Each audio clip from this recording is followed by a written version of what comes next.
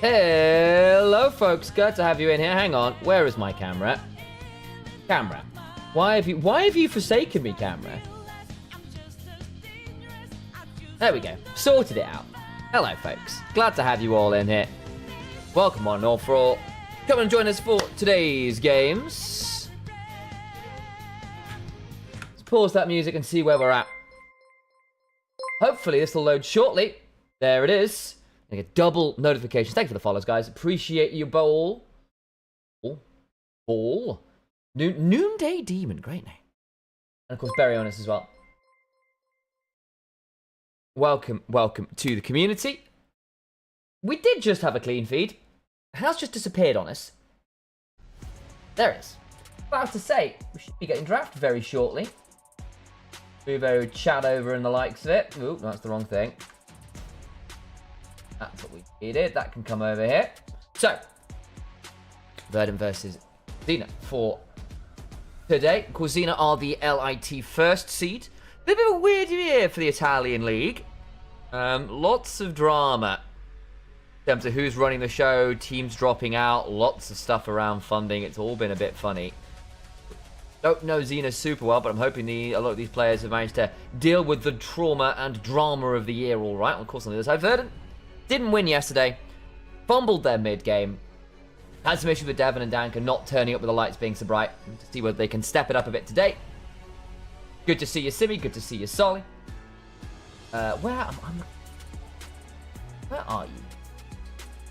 No, that's what I did. There we go. I can now. Much better. I want to see Verdant on the same page today. Exactly what I would like to see. I think an early lock of the Rumble for SLT is absolutely fine. It is going to give up that Wukong over to Metroflox, though.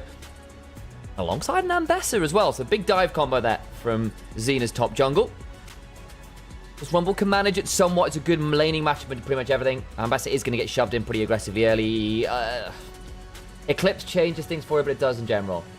But yeah, we'll see is the answer. I need OBS.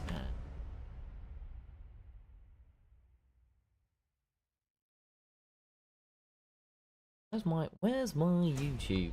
There we go. Now it's going on. Well, LR not being sure. LR not on yet. LR is later on today. They are playing third. The schedule lied to us. LR will be on, as I understand it, third. Yeah, they're versus Barcelona third. So don't stress too much more to see. LR a third.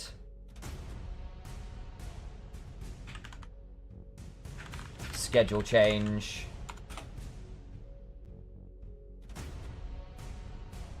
Obviously to bring that back. Okay, so while I was responding to a few of those things, a couple extra things happened. We got the Trundle into the Wukong. Standard matchup. There are 19, if I'm right. They are indeed at 7. Yeah. Assuming things run smoothly. They were a bit slow yesterday. But again, we'll make sure we see the LR game at the very least. Corki as well for Devon. Big early skirmishing power right now for Verdant. I really like it. Gonna take a little bit more time for Zenas to get online. I think Hui has been rising a lot more in priority than I was necessarily expecting. But it is quite a strong pick. In general.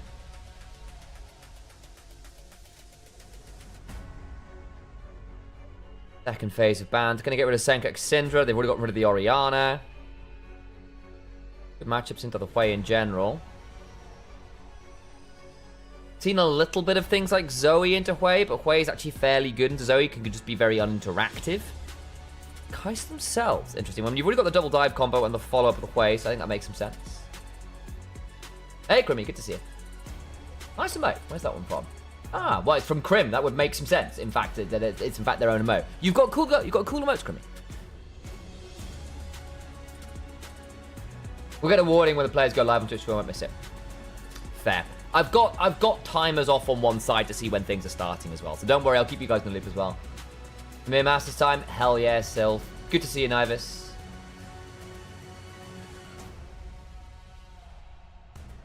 Bard. I wonder whether they just keep focusing down Senkuk. I mean, Tora is a good bard. Gives him a lot of lane prio, but I think it's just going to be a Rel pick, no? Unless you fourth pick Rel here. That or Tora goes to the Nico. Which I think is also just fine. And we give him a lot of lane prio. They'll be a little low in terms of tank. The only thing I will say is I am very surprised Verdant didn't ban the Alistar. Because Alistar is the one tank you can draft into Trundle. Can't steal Alistar's stats. And at the minute, ZENA don't really have tank. They've got Wukong, who's what he is, and Bastard, so you can't really draft frontline properly into Trundle. It's one of the reasons that Trundle has basically been an opening move, like a chess gambit. You say, I'm going to do this to force you to draft like this. And you can therefore take the value of Trundle down, but it forces you into a different archetype of draft, which you're not always comfortable with. They're going to fourth pick a Jinx, interestingly, and leave up the support for last pick. I think you could have locked Alistar here and kept the Jinx a lot more secret. I'm not sure I like the Jinx here. I feel like she's going to get mashed by the Corki in lane, and Rumble Trundle is not going to be fun for her to deal with. One of my top 5 teams for this EMEA. Lost Retones, obviously. KCB and... Oh, bloody hell. I would have said Gentlemates, but they've just lost Empidos. Hang on, let me give me a second look at these things. I feel like I'm missing a team. It's really obvious.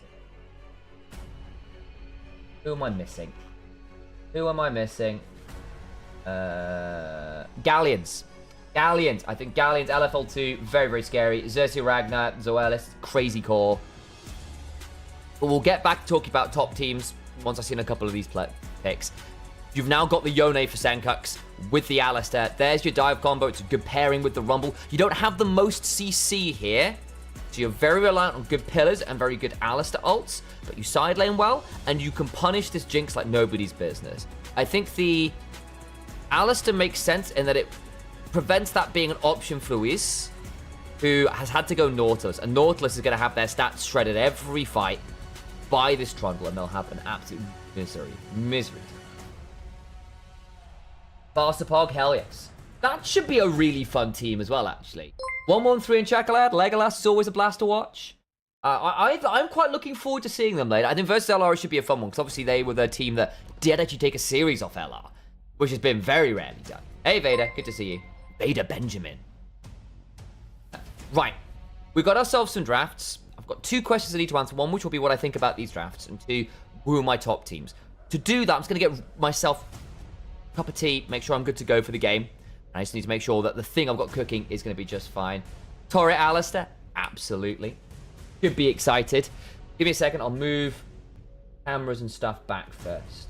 And we'll go from there. Beautiful. 1 second, guys. I will return. Hopefully with a drink. Which I should have done earlier, but I was busy cooking, so I didn't end up not fainting like I nearly did yesterday.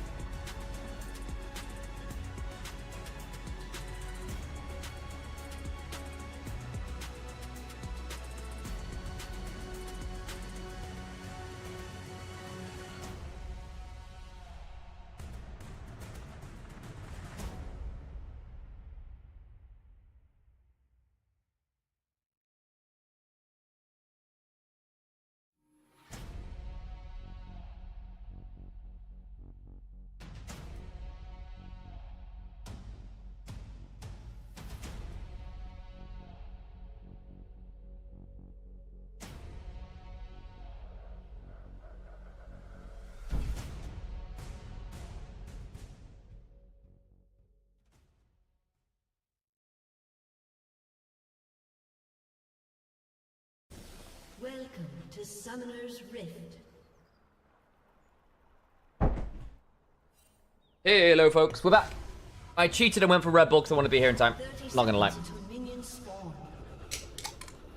Okay, so let's have a chat about. Well, hello, camera. You frying a bit? No, you're good. Okay.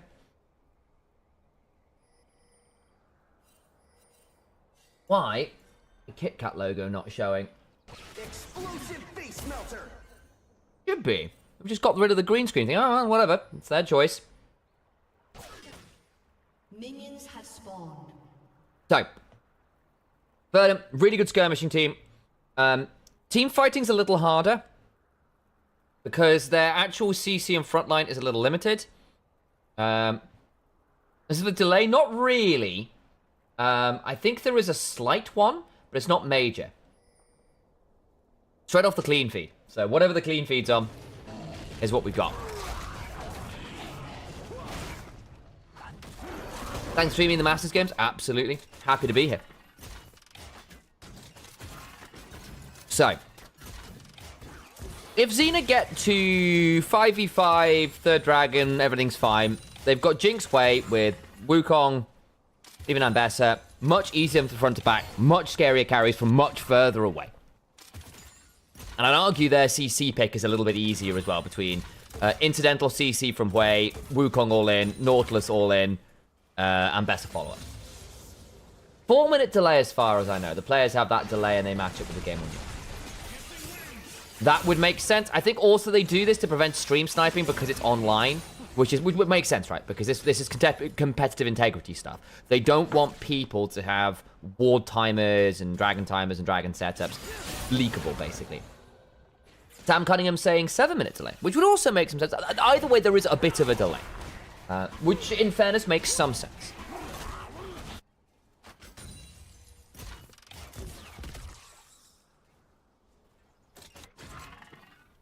God, this Jinx skin looks so janky. Is this the arcane one?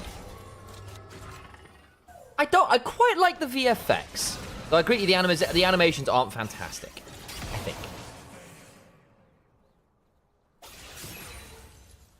It's the gacha one, yeah.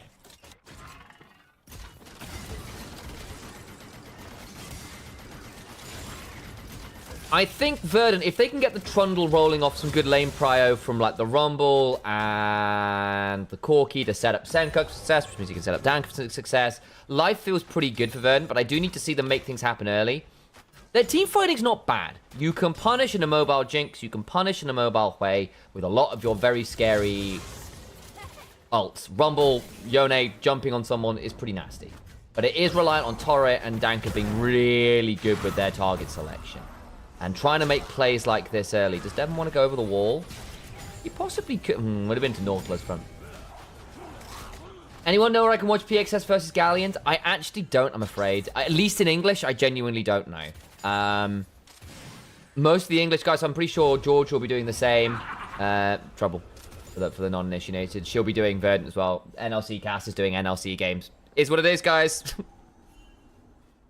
If I find out or if someone knows, I'll let you know, Nikki.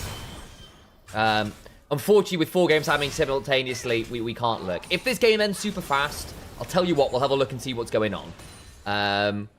But it is what it is, unfortunately. Archfiend eats a lot of damage, but it's fine.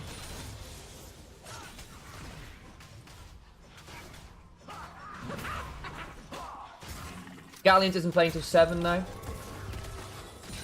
Might well be, actually. I have to say, the scheduling's been a little bit all over the place, so... Reload this, change that around. So allegedly, it's happening now, according to a lot of the wikis, but I think that's clearly wrong. I think the 5 PM games are happening at 7 now. Yeah, they changed it. There we go. That's more like it. Ooh. Yeah, we're fine. Good barrier. Petticolo has like no mana here, actually. I think this Nautilus is going to have to flash or heal. Petticolo still have the barrier. That's unfortunate. Yeah, this is the problem with trading onto supports, right? They are much happier trading their health bar, whereas the AD carries aren't. But yeah, Galleons are now on at 7. Unfortunately, obviously, here we'll be watching the Lost Returns Barca game. So,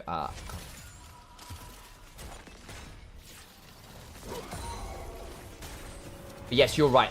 Basically, the matches that were on at 7 and the matches that were on at 5 were flipped on a lot of the wikis to begin with today, which caught me off guard until I double checked.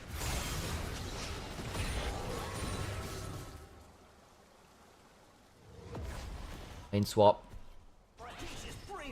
Barrier and heal traded. Petticola gets to pick up a bit of that way. But hey, double longsword and tear back. Not the end of the world for Devon.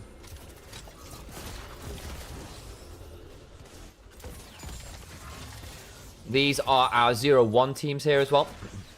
Both of them lost yesterday. Verdant, again, we were a little disappointed from what we saw. We expected better.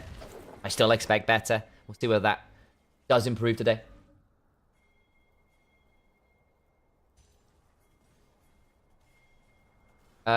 If you need to know, I need the correct schedule tomorrow. Sammy, that would be wonderful. If you wouldn't mind, that would be really, really helpful. Thank you, dude. It is much appreciated.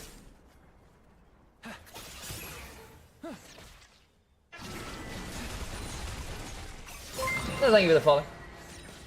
Onesie Datty. Ooh, nice little Q3 there. Bit of Mortal Steel. Pillar onto Archfiend. Not going to be forced to ult. I wonder whether we might see an ult to buffer through a little bit of the damage, but no. Okay. But yeah, basically, because I have to wait until the sheets are updated to get the schedule at the minute. And the sheets are getting updated quite late. Which means putting up schedules for Anivia and stuff then gets a bit funny. Because it's like, I don't have information at 3:50. What's happening? Does get a little annoying. So, as this stands, Ow. Good chunk there from SLT. I mean, SLT was always a Rumble player. Even when he was back in LEC, he was a big Rumble enjoyer. Archfiend. Oh, buddy, you are very lucky that second burst. Electro Harpoon didn't hit. Otherwise, things would have been rough. It's actually insane that Vernon's played 2 first seeds in a row. Yeah, I actually think yesterday could have been playable if they hadn't messed up mid-game. But we had those conversations yesterday. If you go back and watch the VODs, you shall see. In fact, probably this evening, I'm going to try and get some of those VODs downloaded and snipped up for YouTube.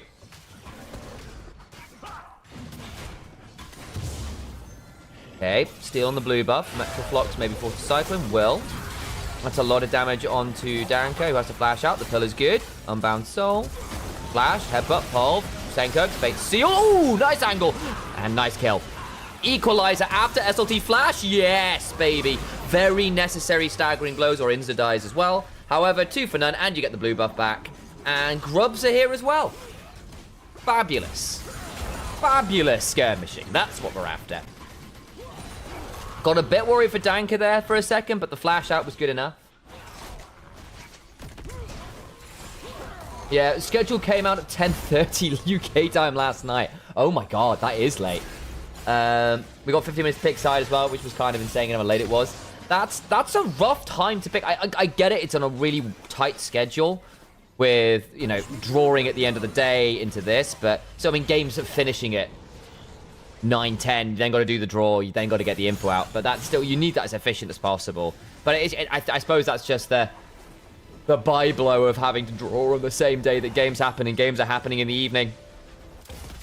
And finishing at something like 10 CEST, which means you're not getting draws done till, and then things scheduled and thrown out till 11 CEST, which means people aren't getting info until like 11 at the earliest, so 10 UK time, which is rough. But I'm not actually sure how you make that faster, if you know what I mean, with the scheduling. Because unless you do it rapidly at the end of the game. But I don't know the processes that WebEdu and stuff are going through for it. So.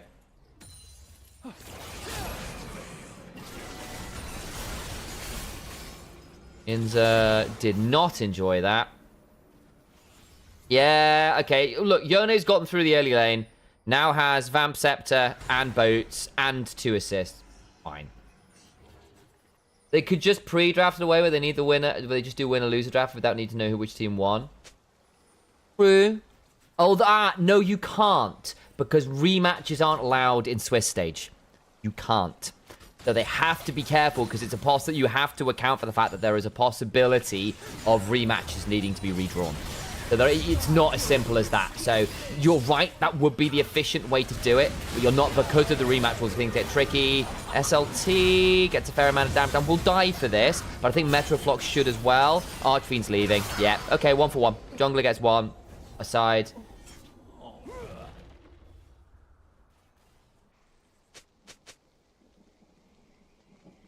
You understand this is ERLs, right, Juncheng? Just double checking. This is tier 2. Just double checking. Ooh, nice angle. The fear makes things interesting. Pulverized out from under the turret. Oh, very low. Inza. All right, you know what? Half a brilliant play from Senko Centauri. Half a brilliant play. And then Inza goes, yeah, but what if I paint on your face? And Senko goes, fair play. That's not bad, actually. I wasn't expecting the Spirally Despair to be quite that crazy.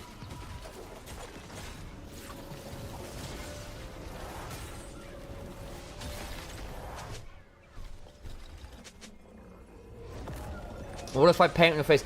Quay is a painter, T2. There was no... There's no ulterior meaning. Get your mind out of the gutter.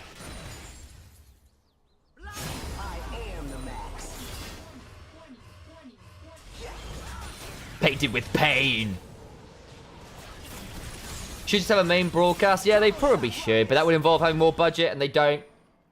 So there is no broadcast for Swiss stage. Is the answer.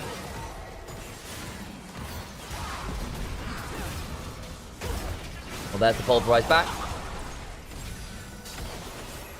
Staggering blows. Senkus doesn't have Fate Seal. Will flash back.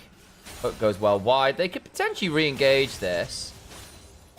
Senkox gets to heal a bit. How long until Fate's sealed? Both German teams winning right now? Hell yeah. How did Prime League do yesterday? Ooh, nicely done, Torre. Very disrespectful. Moose is going to have to flash over the pillar.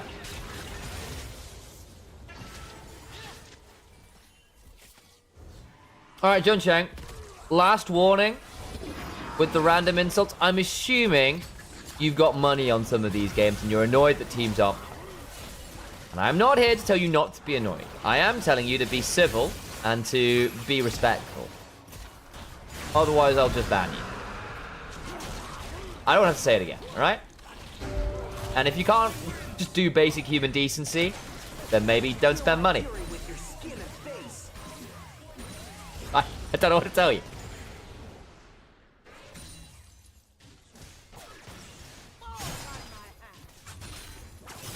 There are Saudi teams in the Euros. There are. There are EMEA teams, right? Like GK are a really good team. Who was the other one? NGX were pretty solid for a while as well. Have you seen any teams with the Swiss stage? Yeah, it's like 30 teams. It's a massive Swiss stage. It's really cool. I'm quite full. I just wish it was covered more, to be honest, more officially at least. And I say this as someone who was on the broadcast. I'm not on the broadcast this year again, but a real shame. I was on it. 2023, 24. 3 years in a row. Most of my professional casting career, I've done EMEA Masters. So, first year, I've not. I've cast, like, something like 3 or 4 times the amount of EMEA Masters finals I have NLC finals. Posture check. Yes, Salk. Hey, Konue. Good to see you again.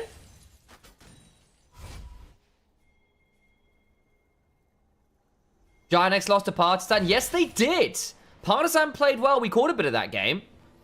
It was a close run thing earlier on, and then Partisan came back a little later. That's a good Electro Harpoon slow. And he misses the public execution. That's a very dead Ambassador. Nicely done. Torre's been making a lot of really good moves here. I like Torre in general. He was my favorite support in NLC this split. And that's no shame on people like Reckless, who are obviously also excellent. But I think Torre was a real joy to watch. I've always enjoyed watching this guy play. He does sometimes start doing hold my beer plays as games go on. Okay. Scouting mission. Gonna TP behind. Ooh, this gets messy. Torre with the TP as well. Gonna force a Cyclone. Beer, TP of their own. Torre doesn't have his own flash, so I think he's just dead. As I said, hold my beer plays. You can do that if you have ult. If you don't, bit much. Cost them a flower, a teleport on Archfiend. Probably fine. Still not a great game state for ZENA. And already gotten the early objectives and the kills. They got feat to spend. I didn't watch it, but I never would have expected it. I think that's probably fair. It was a decent game. Let me go find Partisan's roster again. Whereas there's a couple players on there I think are slightly underrated. Because again, they're coming from EBL, and sometimes people sleep on EBL, but hang on, give the clean feed a second. There we go. It'll do this. Wait for the audio. Wait for the audio.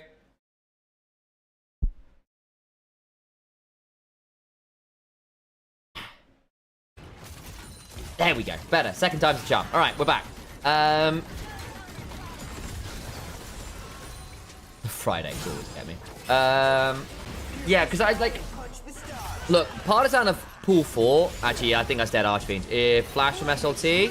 Flash from SLT. Flash of the Eagle. Oh! Needed the repudiation. Torre just goes for the kill now. Headbutt, Pulve, ult. Boom! Boom! Messed with a bull. You get the horns. Luis can go looking for this hook. Metroflox is here as well. EP behind. Good Electro Harpoon. That's going to force an ult out of Metroflox. Headbutt. Pulverize goes wide but forces Metroflox to backstep, and that makes him a dead man because Fate Sealed can land. Luis will now down to the turret as well. Senkox can rebind Soul. Very nice, Verdun. Can someone explain the scoring to me? Yes, I can. So, CMC, welcome to League of Legends. Glad to have you with us. If you look at the top of your screen, in fact, I'll move my camera around. We'll do a little guided tour, guys, for the non-League of Legends here. Boop, boop, boop, boop, boop, boop, boop. as we can see up here, this is the kill score. Currently, Verdant have 10 kills. ZENA have 3. Kills are not, in fact... We've got to pause. Even better timing. Right. Kills are, in fact, it's worth noting, not winning the game. You win the game by destroying the enemy base. Kills do, however, earn you gold. And as we can see... No, wrong thing. Also, SLT damage. Goddamn. As we can see over here, big gold lead right now compared to this. Generally speaking, if you ever get above, particularly this early on, something like 3,000 gold early on, the game is very heavily in one side's favor. If you're starting to get towards 5,000, 6,000 gold, it's a very heavy lead and very, very significant at whatever point in the game. 10,000 gold and beyond is generally considered unrecoverable. With that said, we have seen comebacks from that perspective, and there are lots of other things that go into it. How good is the scaling on one team? How well is a team playing? Is it late enough that gold really doesn't mean that much anymore? All of those kinds. But right now, we're seeing lots of damage compared particularly to poor old Archfiend. SLT has been having a great game. We've already been chatting about Torre, how well he's playing. Gold lead, objective lead, as we can see, again, something else to keep your eyes on. These little symbols here are the number of dragons one team has, and currently it's 2 dragons to none. So that's a big deal as well. So you've got dragons, so neutral objective advantage, which give you bonuses as well. Gold advantage, kill advantage, damage is in their favor as well. You can see the gold graph going up nice and heavily as well. That's wonderful going. And yes, scaling from Jinx and Hui is solid, but I don't think it's enough to recover. Little bit of a brief overview on what it means to look at a League of Legends scoreboard and have an idea about which team is winning. There are nuances. As we said, scaling, champion matchups, team matchups, all those things go into it. But you are really looking at those 3 things. Number 1 leader will always be gold. The easiest metric to keep an eye on. If a team is like 2,000 gold ahead, they're pretty ahead. 3,000 gold is big. 5,000 gold is these guys are likely winning. 10,000 plus is this game is over. Then there are neutral objectives. So who's got dragons? Those little symbols there. Heralds and grubs and stuff. That's a bit more nuanced, but they make a big difference too. And the last one that's kind of really is much more a litmus test than anything else is kills. Kills give you gold, and so that will affect the gold number. And often the team that's winning has more kills, but not always. So yeah, XP is a big one as well. It is, absolutely. But I think T2, that if I'm going to start chatting about XP, and maybe we will at some point, maybe if CMC sticks around for long enough today, we can have that conversation. But I think that is probably a step deeper than is necessarily what we need to look at. You're not going to get that off the scoreboard, like at least at the top of the screen. Exactly, Damakin. Gold buys you items. Items give you power. Power means you fight better, which gives you more kills, which gives you more gold, which gives you more items, which means it's easier to destroy things, which means it's easier to destroy the base. Like, it all snowballs and feeds into each other. But you're right. What does gold do? It allows you to buy the big, shiny murder weapons. Baus is playing today, so we'll probably have to talk about XP over kills at some point. You're not wrong. We had a prime example of that just yesterday. So, you know what? I hear you. We will have to come and have that conversation a little later, I agree. That's not bad, considering I was putting my camera back blind. That's pretty much spot on, by the way. I'm very proud with my spacing there. I'll take that. Where did my YouTube chat go? I lost you. Watching for the Philippines. Hell yeah, welcome on in. Partisan have a great roster. They really do. We were chatting about Partisan a little earlier, weren't we? We're just back in live. Herald gets dropped mid. Dragon's live. We're probably about to have a bit of a fight here, so we will hold on the Partisan conversation just after. Oh, Archfiends. Yeah, just about okay, but that's rough. And doesn't have TP, and they can Redemption to heal people back up again. Yeah, it's a 45. Rumble's just managed to get a roam through bot side river. I think if ZENA can test this now, they're about to have a really horrible time.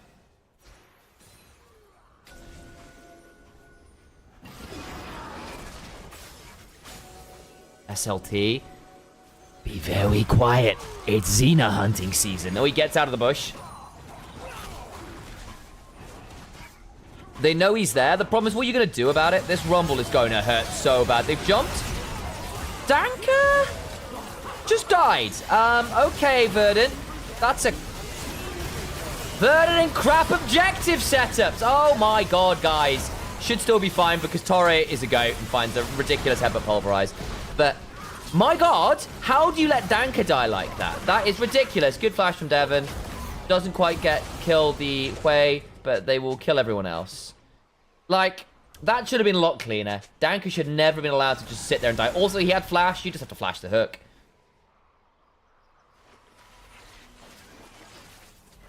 Yeah, Verdant have very greedy objective setups. It's like, look, we're going to go on a 3-man flank. But if you're going to do that, you actually have to be respectful of people collapsing on the flank. And that happens a lot. And SLT was your flanker, and then he doesn't pull off the flank. I don't know. What do you think of Barcelona's chance with 113 at jungle versus LR? I think Barcelona have actually got a fairly solid squad.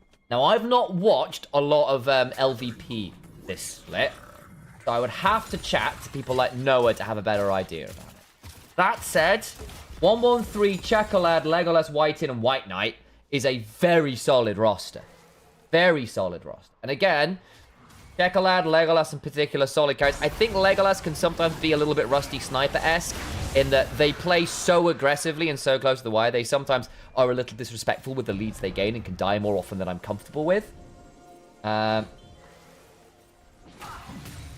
But yes. But I still think that potentially it should be a good match. I'm excited for it. I still favor Lost Returns, of course. However, this is a squad, largely, that beat LR not so long ago. So we'll see. As for the Partisans conversation, Excellent in particular is really good. I've really rated him from AD carry for a long, long time. It's a solid roster. I don't know Whistle and Chan, their Korean import. Where did they play? Whistle's got fabulous hair. Proper sweet. He was on the Freak of Freaks Academy, right. And he played for NASA for a bit as well. Okay. Hang on, Atakan's happening. We'll have that conversation later.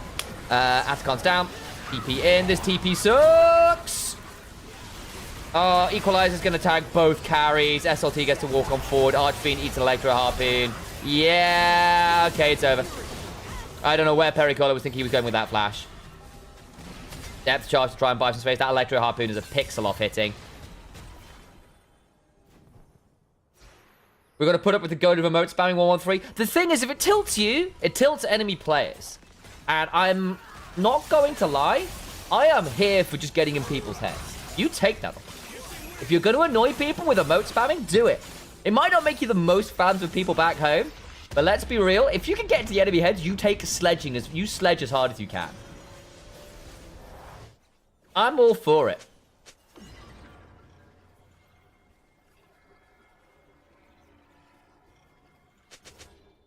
I play with the most mutants. Yeah, true enough. Metro could have just finished Alistair to make it a 5-on-4. Yeah, I agree. I agree. I mean, don't get me wrong. Alistair's got heal, had redemption, had ult. It would have been not the quickest. But I think ZENA are just desperate at this point. It's not getting any easier. The pillar's going to delay the exit. Bonks are coming on down. Pedicolo has not, in fact, got flash because he burned it in the last play unwisely. So he's dead there as well. Sorry, you got caught out by using the viewer word, T2. Basically, you get a lot of bots coming saying, do you want to buy viewers? I want to buy some viewers. And so the bots have just started saying, yeah, don't say viewers. So you got caught by the auto mod there. Apologies for that one. Bolsters out onto the back. Yeah, true. I was still, yeah, for the record, viewers got pinged is always what happened. Problem is when all the players muted, but the viewers don't, the ones seeing it. I mean, it is what it is. I never found it that bothersome. I can get why it annoys some people. You know? I think in the end, 113 and his team should not care. Maybe you just mute emotes if you're his teammate, and then you try and get into enemies' heads. For that one person who forgot to mute emotes, and you just get them annoyed. I think it's perfectly fine. Oh, third Yone with vision control. Gonna keep doing this. Yeah, you couldn't draft tanks into Alistair. Eat burst damage from ahead. This is so much better from Verdant, with the exception of that dragon fight. So much better from Verdant. GG. Right, Verdant go to 1-on-1. ZENA got clapped. I think SLT is my MVP for this. No,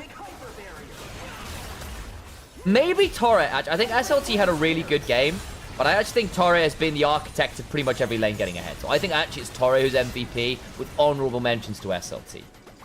For me, anyway.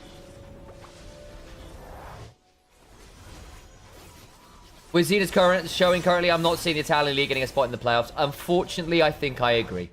I think this might be a rough tournament for LIT. Shout out to Kenren. Pull one out for the bearded boy.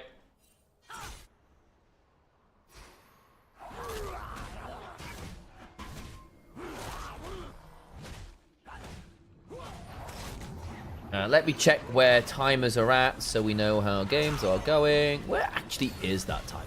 Did I have it on this one? I did have it on this one. Okay.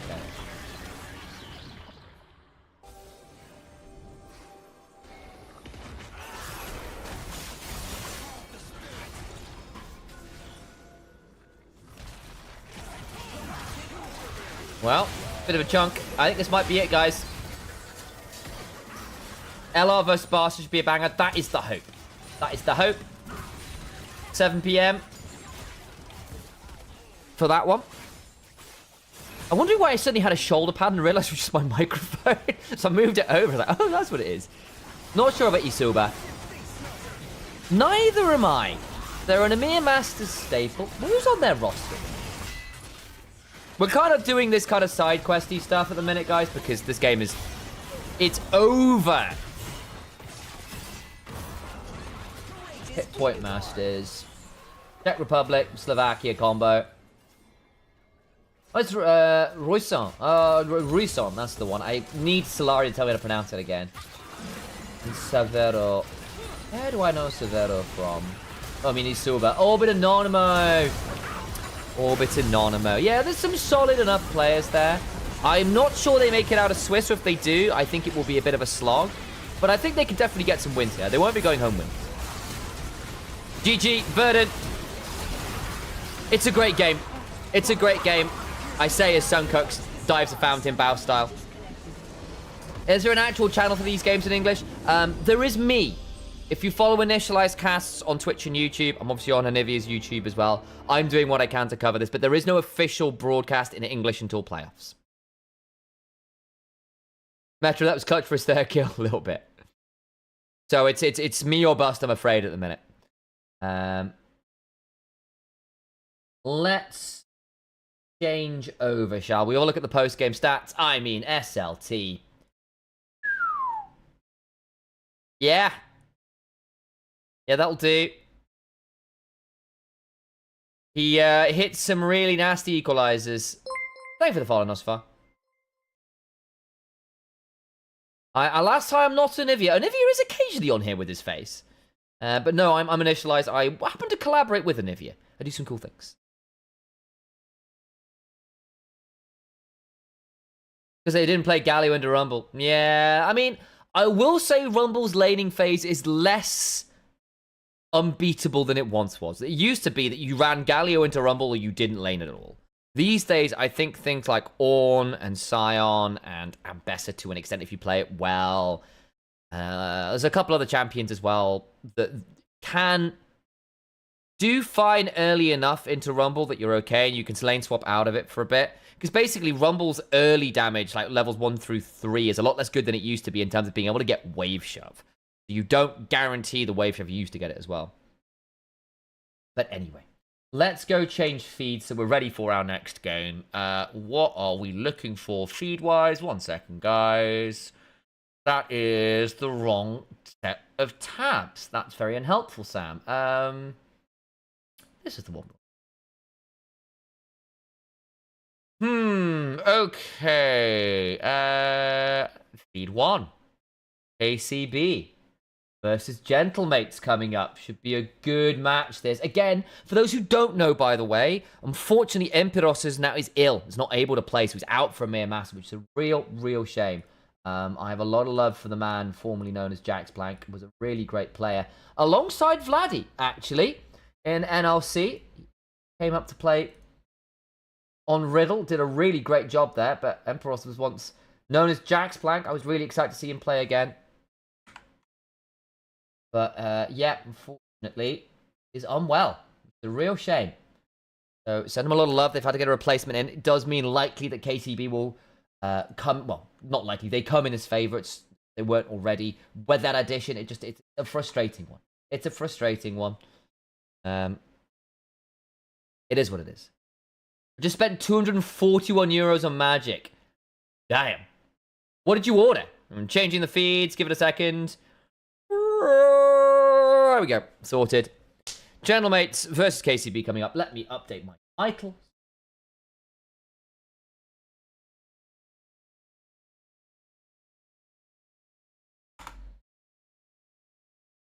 And I will run some ads so we don't get them in game. That would be nice. And I will return very shortly. I'm going to make sure I've got a cup of tea and some water to go with.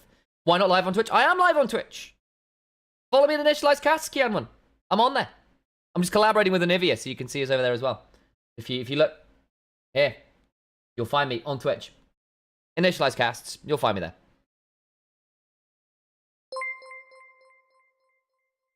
Thanks for your commentary. That's no problem. Thank you. Appreciate it. Doing our best. Random Citrus, thank you for the follow. Nosfar, Zero AC, Perlini, Jupiter Alice, Twitch.tv, Stelis. Thank you for all that. And Sal was telling me to watch my posture as well. Sorry, Sal. I sort of did it for like 2 seconds and then didn't. She's looking after me. Right then. Did they divert and win? They did in very dominant fashion. Oppositor.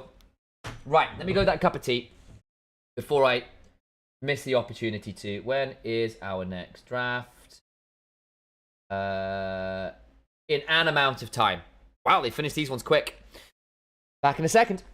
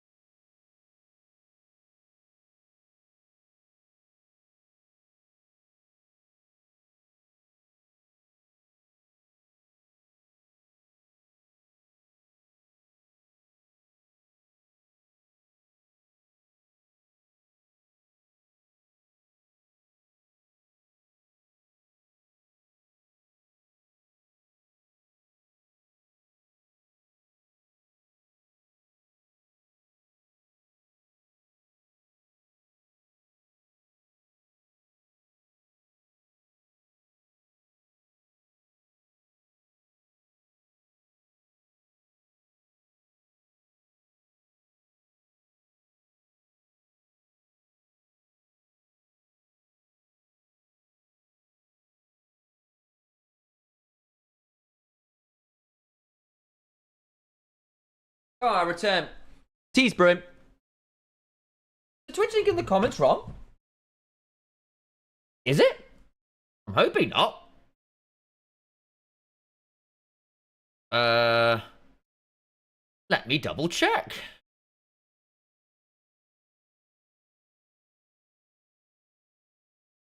No, it's correct. I'm initialized Cass, however. So I'm the second link on there. I'm the second link on there. So it is correct. Unless they've misspelled it with an S or with a Z or something, it happens occasionally. No, that's correct.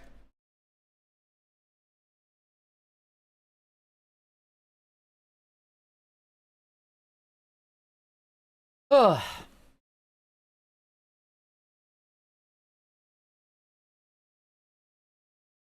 LR versus Bar is going to be an absolute banger. I'm hoping so. I'm hoping so. I know obviously it's LVP third seed, but I still think obviously with the history from this year, it should be really good fun. I still think Chekalad, Legolas, 113, great players. White Knight and White in a stalwarts of the EMEA Masters and ERL as well, so I'm sure they'll be up for some fun here as well. Obviously, LR are going to come in as favorites. Obviously they are. That shouldn't surprise us. However, that is not to say they don't have their own capacity for. Screen's about to turn off. No power saving mode right now. I need you to work. But yes, for the record, it'd be.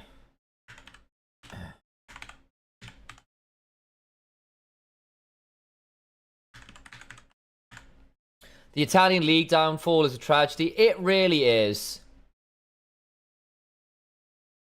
It is.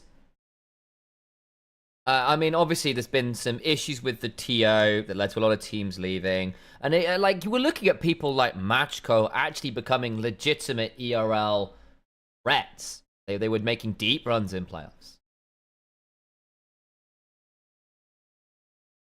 Anytime, Nick. I'm still in the middle of making a few of my own videos to get some play-by-play stuff up there as well. So I'll send the word on to Alex if you're enjoying them. There's some good content in there, for sure.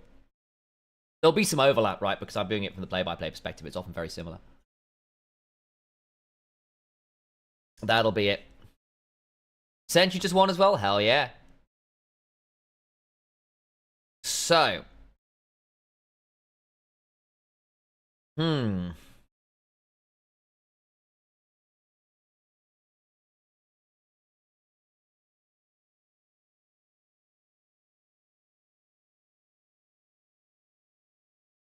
Hopefully enough interest to VOD together to VOD reviews. That'd be cool. That'd be cool. It really would be.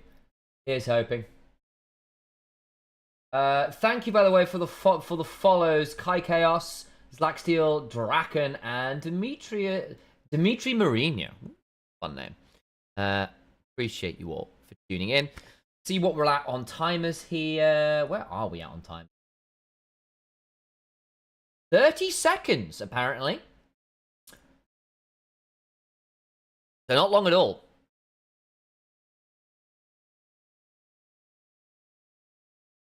Do you think EMEA NLC could actually compete in EMEA next year if Lost Patronus leave? Probably.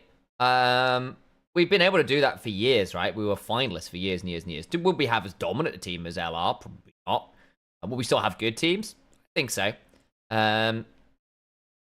It's just a question of to what level. Because one of the reasons why the LFL has been strong for a long time is actually they've got a lot of good teams and a lot of good players want to go play in the LFL.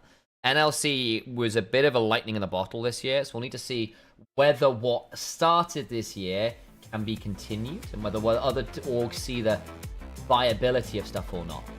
We shall see. Oh, we've got Champion Select music now. Right. As I said, 30 seconds.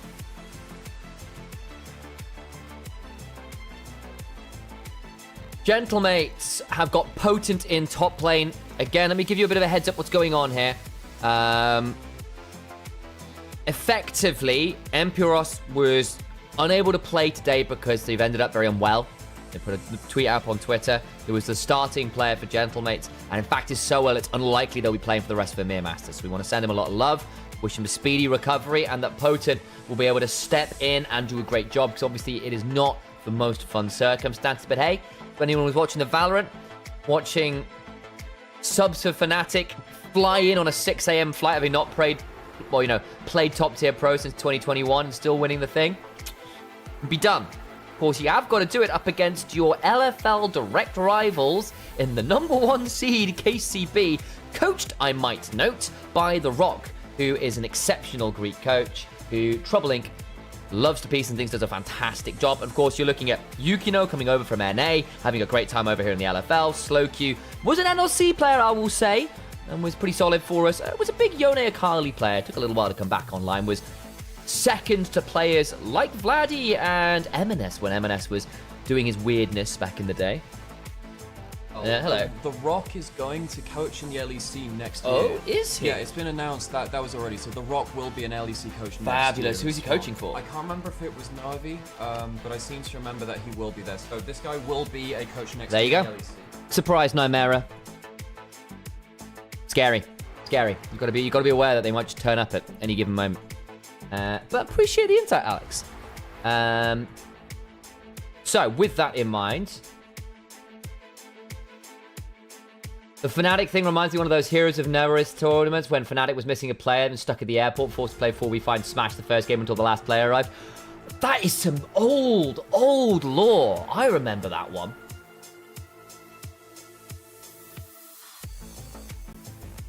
Okay, Yana getting hovered is fun. Unlikely at this point with the Shinzao and the Maokai locked in. Let's just break down some drafts here as well. So we've gotten rid of some of Slowq's specialty. The Akali in particular was getting away from him. Main to having the Ambassador and the Scion taken out makes sense. Don't want to give up the first pick Rumble. Potent is a Fiora guy as well, so that's being taken off because obviously don't want to have to deal with his pocket picks, make him as uncomfortable as possible. He's not coaching for EMEA Masters, is he not? Because obviously this is not my feed, so my understanding was he was, but maybe I'm wrong. Either way, Gentlemates, very solid front to back right now. Azir with a Cassante and Shinzao in front of them.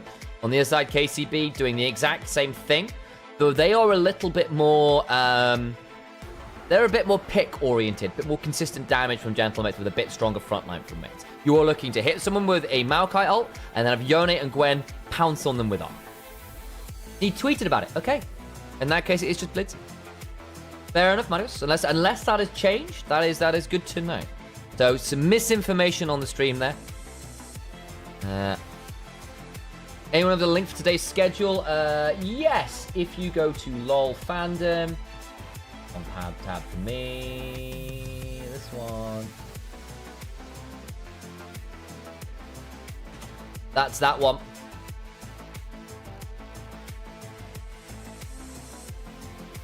So, second phase of bans. It's 80 carries away from X-Kick. X-Kick losing the Kai'Sa. Of course, it's Exa, the artist formerly known as X-Kick. Long-time LEC stalwart.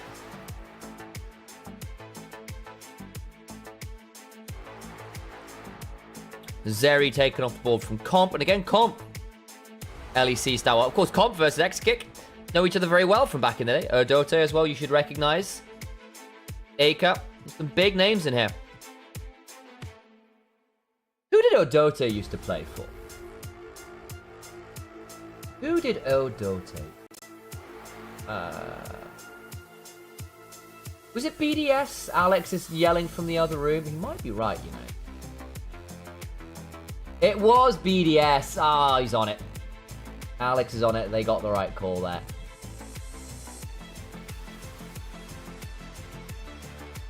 So, Rel away. There we go. So, double engage supports, double big carry bot lane, and slightly different angles, obviously, between Azeri and a Kai'Sa, but there you go. There was Sivir for X. Oh, my days. That is some...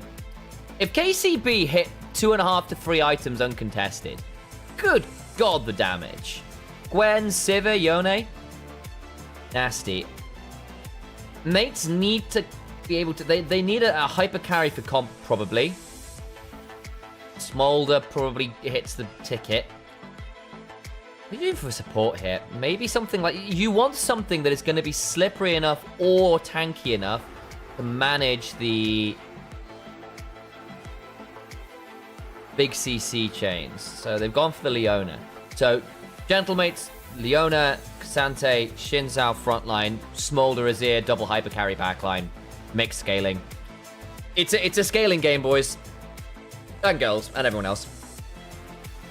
Braum into 3 melees. And the ability to block out some of that smolder damage. Yeah, not too bad.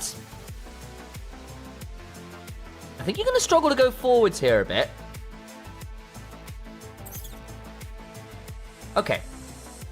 Scaling is a weird one this game. You've got triple scaling carries on KCB between Yone, with the lesser of the scaling threats, the Gwen, and then the Sivir. On the other side, you've got the scaling threat in Smolder, plus Azir, who's obviously a well-known hyper carry lane. You've got the better front line from Gentlemen. I would argue the better front to back as well, just purely because of your kind of like mobility between Cassante and Shinzao and Leona. So and then Empress Divide and stuff as well. So lots of mobility, lots of good front lining, and ability to reposition.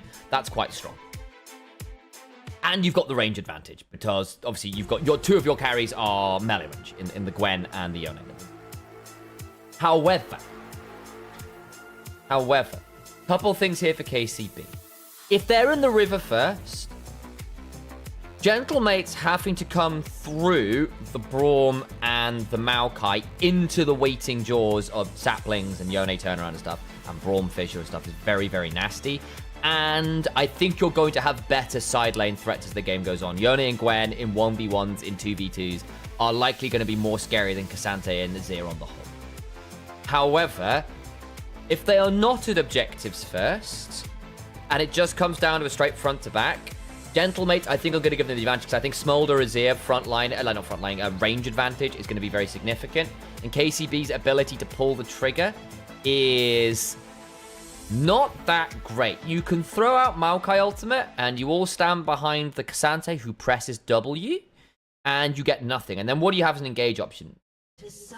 Weird Braumel angle, weird Yone flank. Kind of it. Thank you all for the follows there, by the way. I appreciate you. Ricky and Pocket Aces.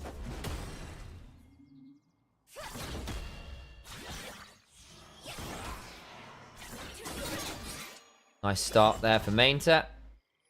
Who, of course, has been rumoured for LEC for years at this point. Him and Ragnar have been two of the bigger LFL carry tops for a little while, and both have been waiting for that opportunity to step up. See what happens in the off-season. I have no insight there, but see how they play at EMEA Masters is often a... LEC scouting is not the best. There's a lot of, this person's being looked at. Right, everyone's going to look at him. And that rumour spreads so everyone looks at this player. And it means that not many teams are the best at independent thought. And it means that your performances at EMEA Masters in particular, and LFL helps because people do watch a bit of LFL for scout. And so Main and Ragnar have got a better spot on that. However, what it means is if you want teams at LEC level to acknowledge you, a good performance here matters. LFL 1 and 3 going against each other is a big deal. Right, let me go get that cup of tea that's been brewing for the last couple minutes, and I'll be good to go.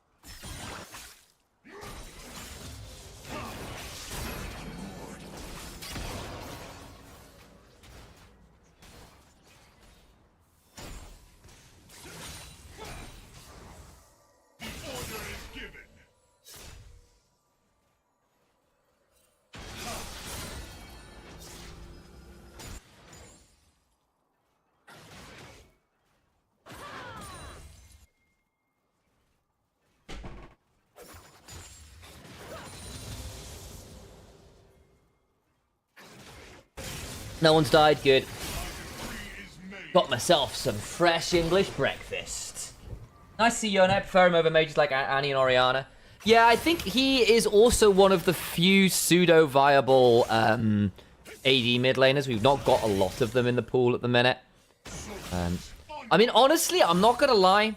I think if we want AD, part of the reason we don't see as many AD mids is AP junglers aren't that fantastic. And Making melee champions viable mid lane is tricky because they have to contend with the laning might of control mages, who are just better, have better early items, have better early lane control. A bit of a fight happening here. Okay, Maokai got the Scuttle Crab. Oh, Brawn passive, Brawn passive. Oh, Yukino's dead. No, good over the wall. Oh, Ika, really good auto. I think the flash out might be good. Slowq's going to have to rebind his soul here soon, and that's going to suck. It's a 3v4. Yeah, goodbye. Slowq still gets stunned. Comp's going to get the auto down. Oh, KCB.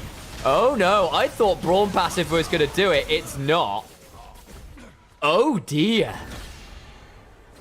Kill for Azir. Smolder shins out. How many stacks does Smolder get off? Hang on, let me just move my camera here. It's not even 5 minutes, and you've nearly got the first upgrade for Smolder. That is rough. I'm going to have to move my camera semi-regular. We'll just sort of like twist the chair. So that's how we're going to check Smolder stacks. Just me rotating the chair. And Mainta's down flash too, and Yukino, and X-Kick, and Piero, and Mainta. Everyone is down flash. Everyone but Comp has burned their movement summoner spell at this point. That is a big deal.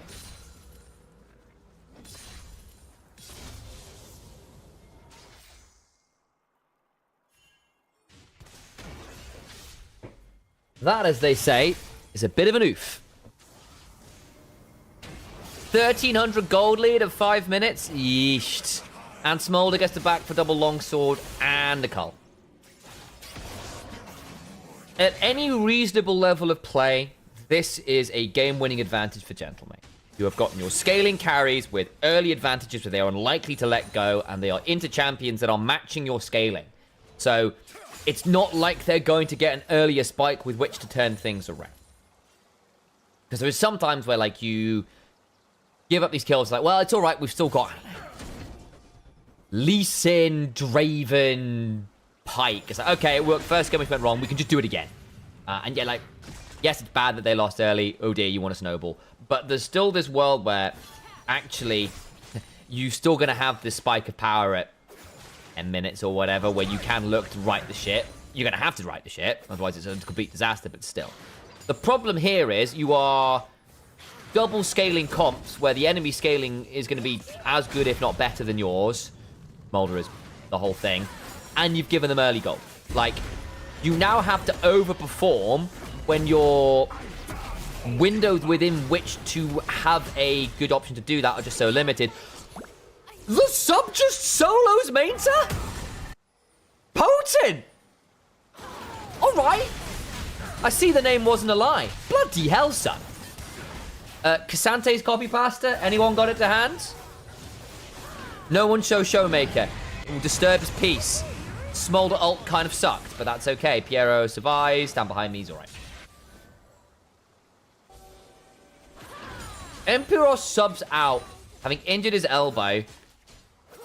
With, like, no notice. Potent comes in and immediately solo kills Mainta. Mainta of all top laners. Oh, dear.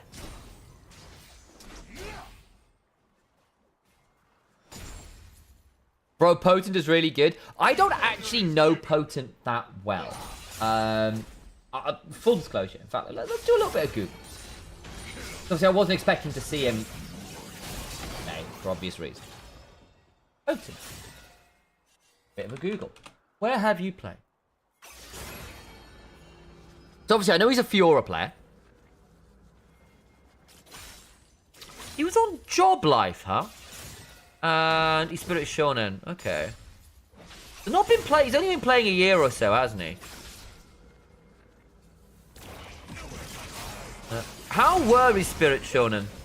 They were. Are they LFL Div 2? Okay. Wow. Bold to get picked up from LFL Div 2, but I suppose there's some rules with who you can sub in on short notice for competitive integrity fronts. So I can see how that might happen. Huh. Potent's team recently relegated BDS Academy. Wow. Okay. Okay. So, yeah, there'll be rules in terms of who you can sub from what leagues on short notice. That's probably part of it. But having just sent BDS Academy to the Shadow Realm, All right, Potent. You had to ban his Fiora because that's what he's known for.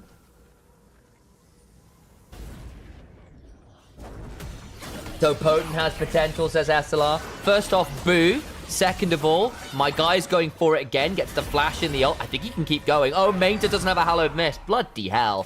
Needed that skip and slash.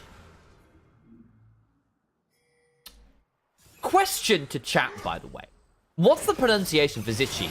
Is it Zichi? Ditchy? Ooh, bloody hell. Oh, hang on. Slow Q. Nah, he's alright.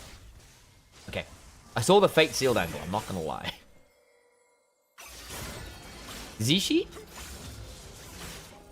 Because obviously my mind is going to like Vizichachi types of pronunciations. Not like casting is my job. 3 grubs for Dragon. It's fine. And actually, taking grubs away from a Yone and a Gwen, I think is probably quite valuable. Makes their side lane a lot less good. Slowky's dead. What are you doing there, bro? Bit lazy tracking of the jungle. 2-0-2 Yone now as well, who is... This next back from Yone is going to be really significant. Ooh, X-Kick is going to have to flash, burn Ghost as well. Double summoners, and you just picked up 3 grubs, and the AD carry has to leave. They're going to get at least 2 plates here. If I was the Shinta, I would be skipping Gromp and going to just sit top and force a rotation. 60. Okay. Ah, I see you. 60. Yeah, okay. Is he Danish? Before I use a Danish pronunciation, is he Danish? Is he no idea if he's Danish? You understand how that might not be helpful. She from Entwu, okay. He is for sure not. Okay, thank you very much, Emil. Yeah, I appreciate your insight, Blacksteel. However, Yukino is so dead. Oh my day. The man whose name we are struggling to pronounce is popping off. And everyone else can't say his name because they're dying too quick. It's like... Maybe I just have to sort of pronounce it letter by letter. Z-I-C-S-S-I. Z-I-C-S-S-I. Da-da-da-da-da, Mickey Mouse. That's what I'm thinking. It's the Mickey Mouse theme song. Oh, my days. Can you tell I was a Disney kid growing up? Oh, dear. Oh, dear. Zushi. I mean, yeah, he's French, right? So I'm imagining Zushi. But I don't actually know. I'll message some LFL friends and see whether they have any info. Is this best of 1 or best of 3? It's best of 1, Itadori. Best of 3 for qualification or elimination series. So once you get to 3 wins or to 3 losses, your next match then is a best of 3 and will be until you are either eliminated or qualified. Zixi. I'd spell it Zixi. Okay. Or Zixi. Okay. I'm going to go with Zixi until I hear otherwise. And I'm happy to be proven wrong. When does Los Returnes play? They play at 7 p.m. Bazooka. Use Google Translate and set it to French and hear it pronounced. Maybe we'll do that in the break. That's not a bad idea. Hang on. We just go back. Oh, slow Q. That's a little bit. He's going to get the kill. Probably Wake gets the slide away. I need to bring my octaves down a little bit. That's probably a bit much.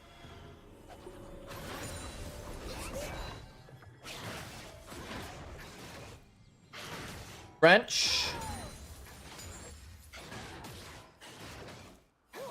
Assuming it means something in French here, guys. I don't... Nowhere to hide.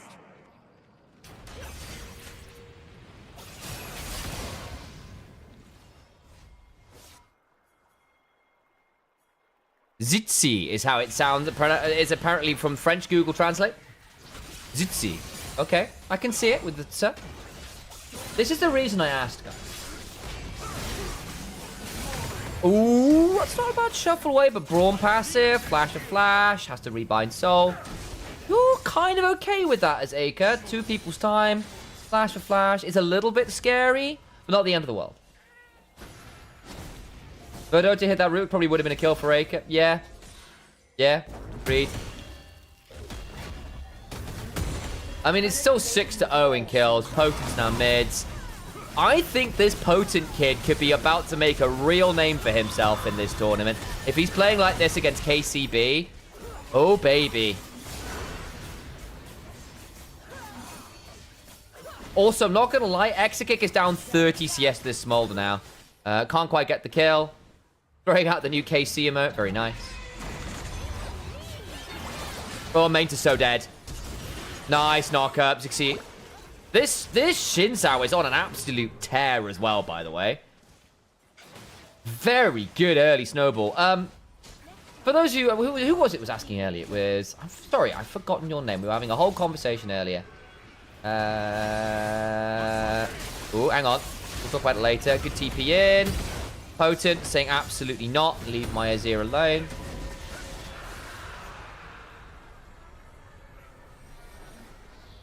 Who was it was asking? CMC. Was CMC gone? See the goal lead? Nearly 6,000 gold. This at 14 minutes. This one's a bit doomed for KCB. And who was expecting that? Gentlemate to LFL 30 going up against one of the tournament favorites here in KCB. Have got a emergency sub top laner who's coming in from LFL Div 2. Just promoted up to Div 1, don't get me wrong. And Potent was one of the driving factors for that from what we've been hearing from chat and stuff. Fiora main. Fun. But has to slot into a team on less than a day's notice for EMEA Masters against KCB, and they're smashing him. This is great stuff. Solar Flare into the Untofo Strikes Part 3. Piero's getting knocked up by the 3 Talon Strike. Wind becomes lightning. I mean, this is demolition.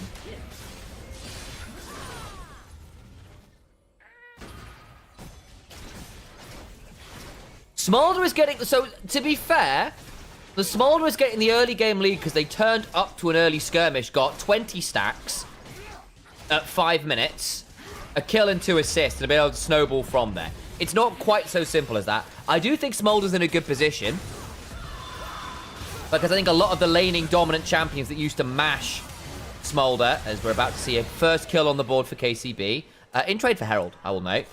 But hey, you got a kill. But yeah, I think a lot of the lane dominant champions that used to make sure that Smolder was hard to execute are kind of out of meta right now. Varus has been kicked into the dirt. We're not seeing too much Draven. I think you can do things like Ezreal Karma. I think you can do things like Kai'Sa Nika. I think you can do things like Caitlyn plus X. Caitlyn Karma, particularly, very potent right now. And those can make sure that Smolder cries. I think if you are very, very, very good and name something like Jackie Love or Gala or Ruler, you can do a Kalista lane, but it is not easy and you have to. You are obligated to smash lane hard enough to claim early dragons. But I do think in general, there are a lot more windows and draft angles to lock in a Smolder. Is this a big upset or are the LFL teams that close? I think it's a big upset. Roger, I think it's a massive upset. We've just been talking about it. LFL first seed is still one of your tournament favorites and will be for the foreseeable future. And Gentlemates have had to emergency sub in a top laner. Today.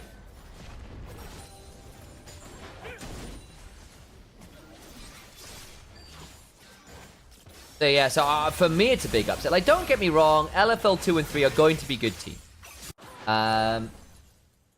Just how good the region is, you know, like there is always that element. However, even so, for me this is a fairly significant element. And it's in the manner in which it's being done as well. I mean, okay, actually I kind of take that back. This is of KCB being very greedy over a Scuttle Crab contest and losing the 3v3. You got an early kill on Azir, on Smolder, on Xin Zhao, and then a solo kill just after, which was more surprising from Potent into Minter. So, everyone but your support started the game 1-0. Like, against any reasonable opposition, that's always going to lead to a really likely win. That's just how it is. 5 minutes into the game, oh dear.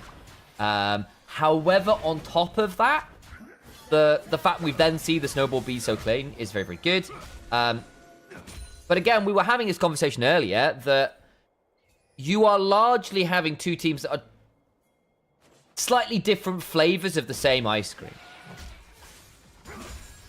You are both trying to have hyper-scaling front-to-back team fighting. Yes, KCB have got more side-laning threat with Yoni and Gwen. Yes, they are probably slightly more defensive and they want to be in river first, set up saplings, have people come into them, whereas mates are a little bit more about the front-to-back and are more able to face-check in.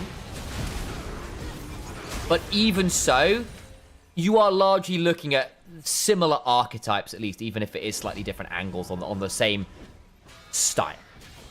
And what that means is that early leads suck more because you don't have windows of power that are different in order to find your way back into the game, because you are matching your scaling. It's like, okay, when am I strong? Well, the enemy team is strong as well.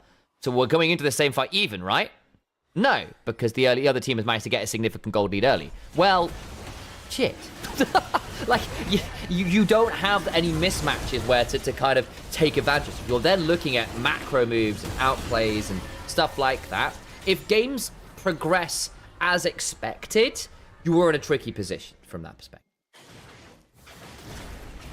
You would say the scuttle fight was a greedy thing on Gentlemate's part. I mean, it wasn't a Brawn passive, you know? And I did wonder if that Brawn passive... Yeah, but then again, you had Shinzao who got a lot of value. And Maokai pre-first back does not. Well, actually, it was second back, but anyway. But Maokai early on does not. I think it was a flip. But I think Gentlemate's winning the flip is there. I'm not sure I'd call it entirely greedy. I think KCB ended up trapped in the river with no way out. And that is terrain stuff, terrain management. You are red side in top side river. Your ways out of river are more limited. You have to flash over Baron Pit Wall. It's a lot easier to extract with Gentleman.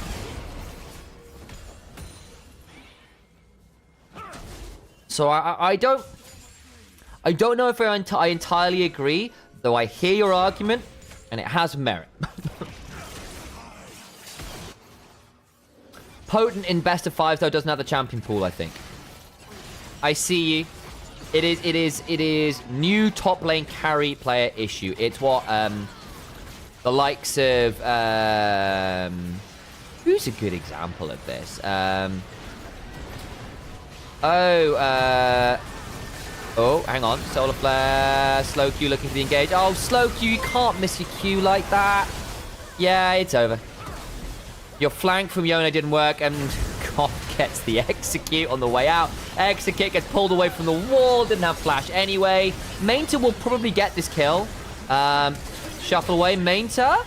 Great flash over the wall. Great flash over the wall, and now Zitzi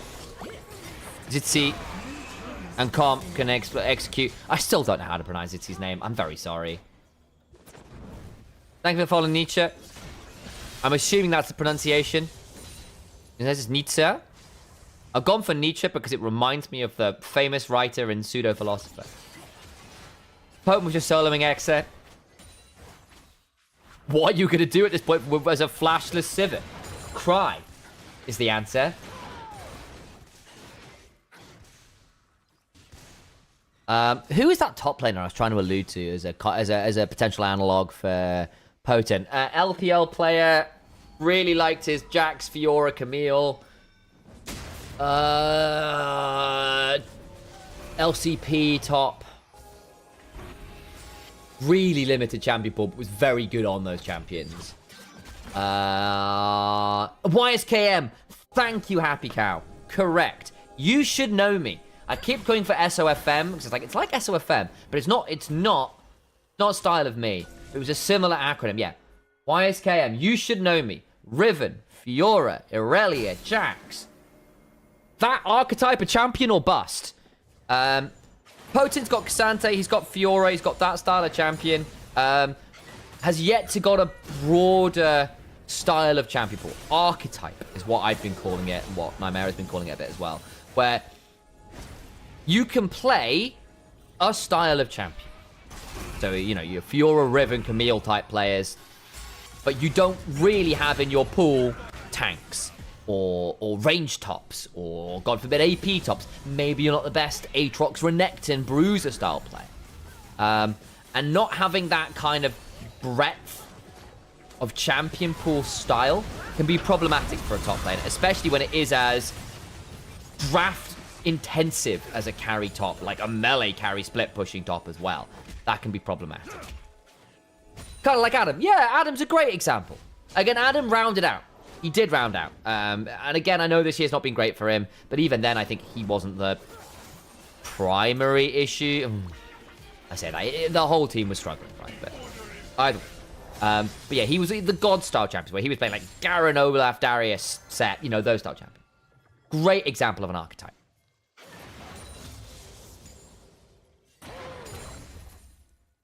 The gods.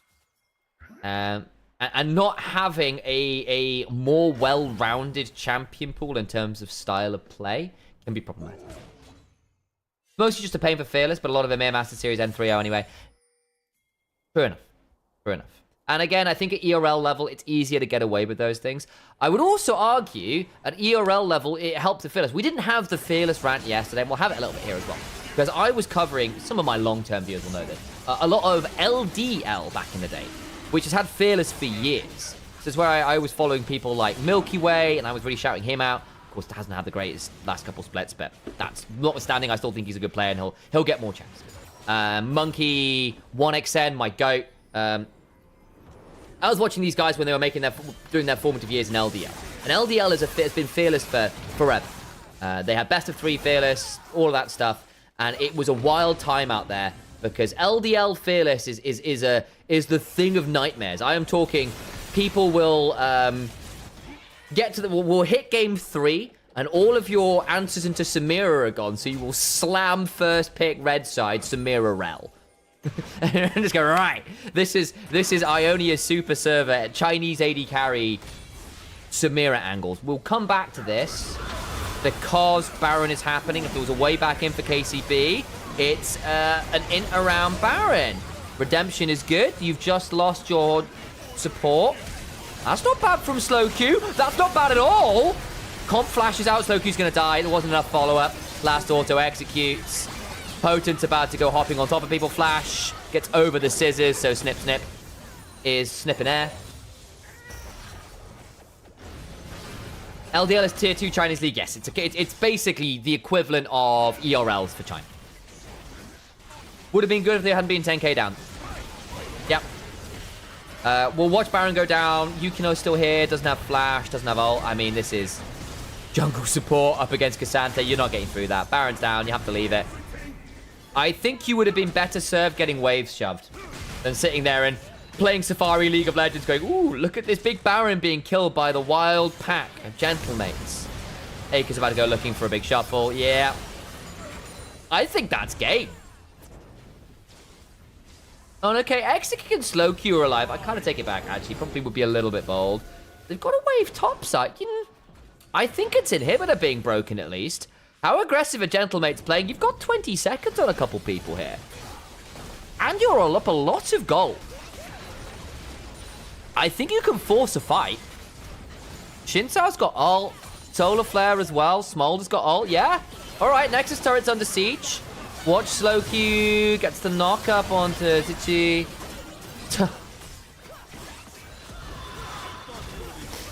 Slow Q dies fast, though, doesn't he? Oh, dear.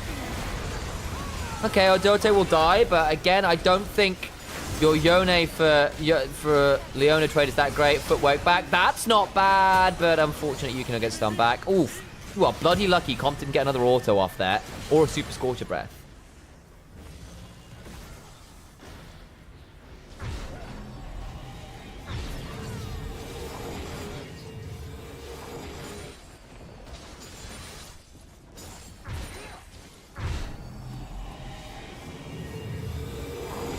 So generally, for the record, for best of 7 stuff and best of 9 stuff, the way that often works is that it is attached to bracket advantage. So if you get to finals or wherever it is in a bracket with best of 7 on the line, what it will often be is it will best of 7, but the team that got there through the upper bracket will start with a game advantage. So what it actually is you play a minimum of 3 games, which is what it is for best of 5 anyway, or you get a maximum of 6 games, which is only one more than a max game 5-game series anyway. It's not that crazy. It's only 1 game potentially extra more, and it gives more value to getting to finals as your upper bracket team. So I actually think best of 7 with the kind of bracket advantage, game advantage is actually a really solid bit of value for your upper bracket team that's there for having not having to play on stage. I don't actually think it's that much value. I don't. There you go. Okay, well, double inhibitors down. Ooh, fate sealed. Again, not bad. Potent's going to footwork you, though. Nicely done. And the Pathmaker after. Shield into Pathmaker. I mean, it's doomed. Game is over. How are we doing? Our timings. We'll see what I need. I'm going to need this one for.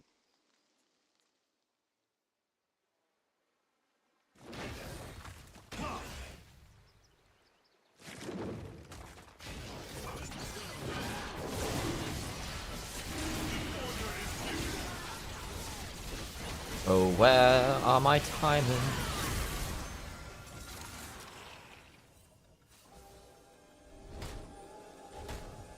Okay. So we should be ending fairly soon here in general. Okay, that's fine. So we're pretty much on schedule today, guys, which is good news. So LR versus Barca coming up fairly soon as well. Our next matchup. The reason we're talking about that is because Gentlemates have got Hexel 12,000 gold lead, and KCB are in the toilets. And Gentlemates are about to flush them down it. What they're going to do.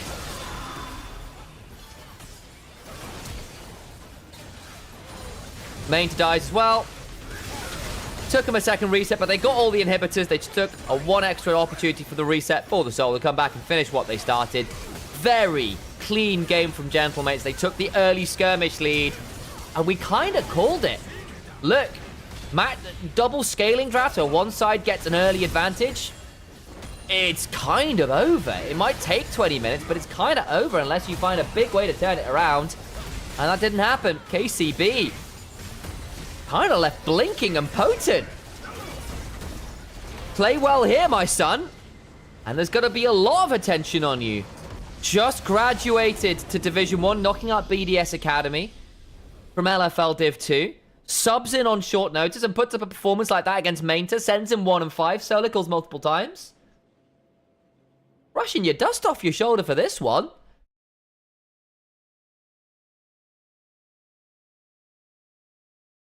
I don't want to sit through a 6-game series, to be honest. I can see that. I personally, if it is a finals or a semis, particularly like an upper, like an upper bracket semis or whatever, or a finals, I think the value of those series is such that a extra game is worth the extra bit of effort to view. I think personally, and I don't get me wrong, I am an esports diehard. I've spent the last 5 years often for free. Like, I'm doing this for tips, guys. I'm doing this for the subs. I am a massive lover of esports. My perspective is one of someone who wants to see the best games all the time. I am all for it, but I am aware that I am not most people. So there is that element. And don't get me wrong, the esports purists out there will enjoy that. Yeah, unfortunately, Caedrel's still ill. Wish him well. Got a bit of a chest infection, which is really crap timing. But there you go. Hope he gets better soon. Chest infections can be hard to knock. Especially if you're on stream talking. That is not good for a chest infection. Blessed to have blind pick game 5 and LCK back in the... Oh, my days. Ryu versus Zed. Ryu versus Zed. Ryu versus Faker Zed mirror matchup. There we go. Full extended statement is correct. Wouldn't have happened without blind pick. That's cool. I kind of miss Game 5 blind pick. I think it's a really cool thing. I think we should bring it back. Reset Fearless, blind pick, guest of 5, Game 5.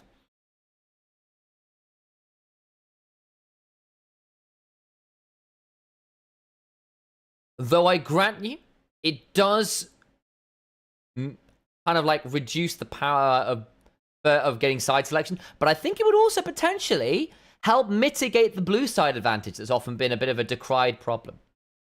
Anyway, really good stuff from Gentlemates. Very, very solid. Again, real credit to them.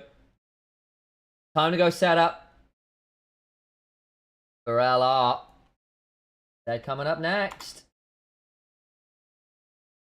Lost Return is ours. Let's go.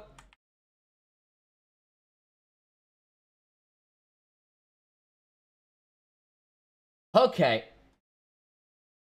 Have we got any rats in chat? I think we're going to start getting some. Where are we? This is what we need to do. Let's check over.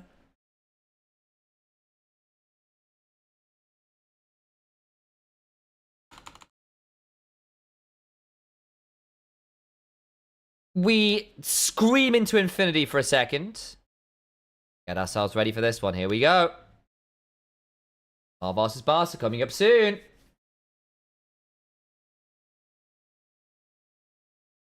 VVV1 against Eintracht. Ooh, sorry, not Eintracht. EIQ. What is EIQ's full name? I do remember. I always have to look up every time I get involved with EMEA Masters. They're here like all the time. The VVV winning that. Were they the LCQ? They're from last chance qualifiers, aren't they? Oh, that's Ibo's team. I mean, in fairness, Ibo's always been quite good for a while. Was in Prime League smashing heads for years. Still.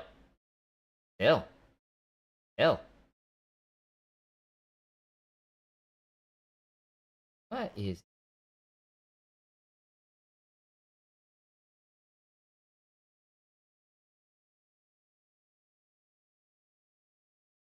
Entropic, of course it is. Who's on that team at the minute? Danik, Robocop. Okay, yeah, I know some of these players. Although I will say that Veni Vidi Vici's team is genuinely pretty solid. Like, Nash has been decent for a while. Ibo's a very scary carry top. Like, I wouldn't sleep on VVV to at least threaten some pool 3 teams. And some of the weaker pool 2 teams as well are going to have to look at this team and sweat a little bit. Personally. Hey, Eunice, good to see you.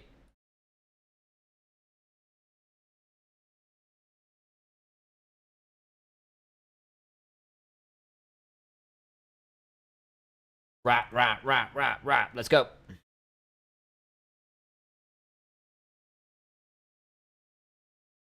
Run some ads while we're thinking about it. Or we get into our next series.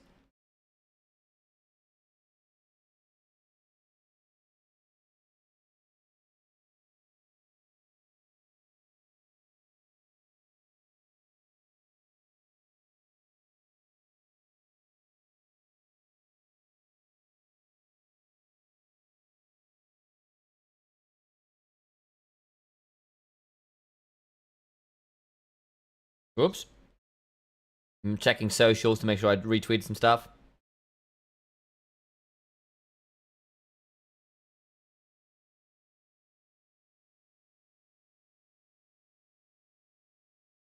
Misa beat Team Orange. Oh, someone was asking me for my prediction on that one. I was actually expecting Orange to do all right in that one. Forgot to answer.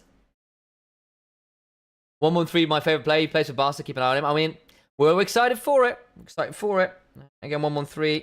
One of those players that was like very nearly still in LEC. Yeah, I don't know. He has developed. I just don't know whether he's going to get another chance now is the problem. And he's one of those players who, for a long time, was dismissed as just a level 3 Raptor invade coin flip jungler.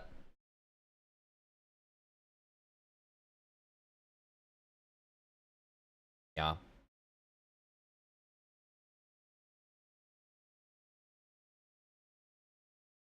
And I don't think that's very fair to him anymore.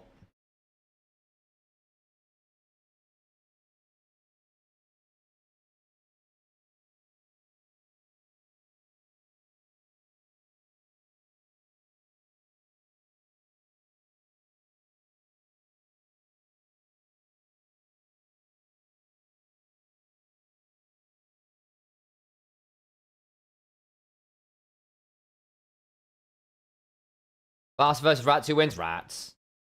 Real. I'm guessing Vitality and GXP are winning there. Next game's easy. PXS versus Gallant. I'm not so sure. Yeah, I think Partisans have been surprisingly good, haven't they? They really have.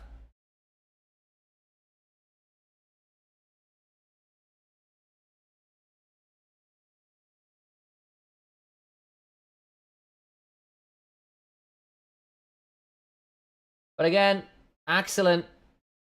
My boy. Don't ban Nidalee, ex-Riddle coach as well.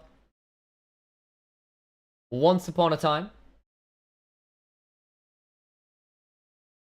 I think he might have been on Riddle when Vladi and Emperos were on it.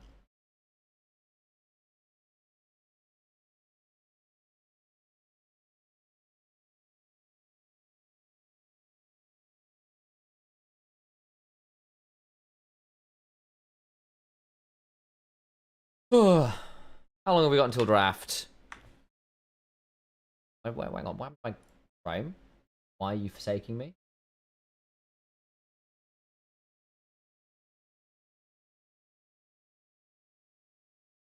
Still waiting for knowledge. So no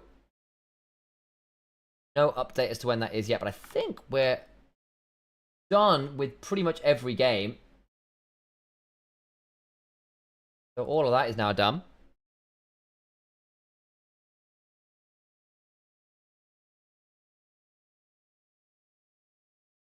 Thank you again for everyone who's been following. Do appreciate you all coming on in.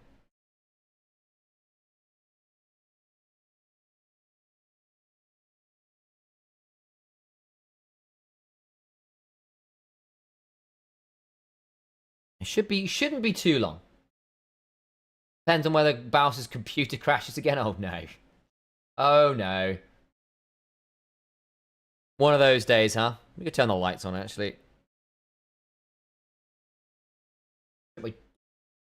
Oh, hydrate from Monty's as well. Sorry about that one. Well, that happens. Thanks for streaming, EMEA. Absolutely. Thanks for being here. Make sure to give a follow to the channel, guys. And if you haven't already, do consider subscribing. Help support me doing all of this. I am reliant on all of you back home to keep me in business. Love you all. Thank you. Those who do. And those who do sub, you can yell at me in all caps. If you don't, you get banned. I'm not even joking. Well, banned. You get timed out. You get timed out for like 30 seconds. It's a good chat. It's a surprisingly good chat filter. Thank you for the follow, Global Wheel. See? This is a reason you have to do the calls to action. And people let you do the thing. I pledge allegiance to Uncle Sam. You need to subscribe to this channel. And instead of like a Stars and Stripes hat, I'll have like a little Summoner's Rift. Or like a Challenger hat. You got a new 7K computer and it just keeps crashing? Oh, God. Yeah, we do. We even have our own XED emote, it's true. Right, let's go get the lights on so we're good to go. Ugh.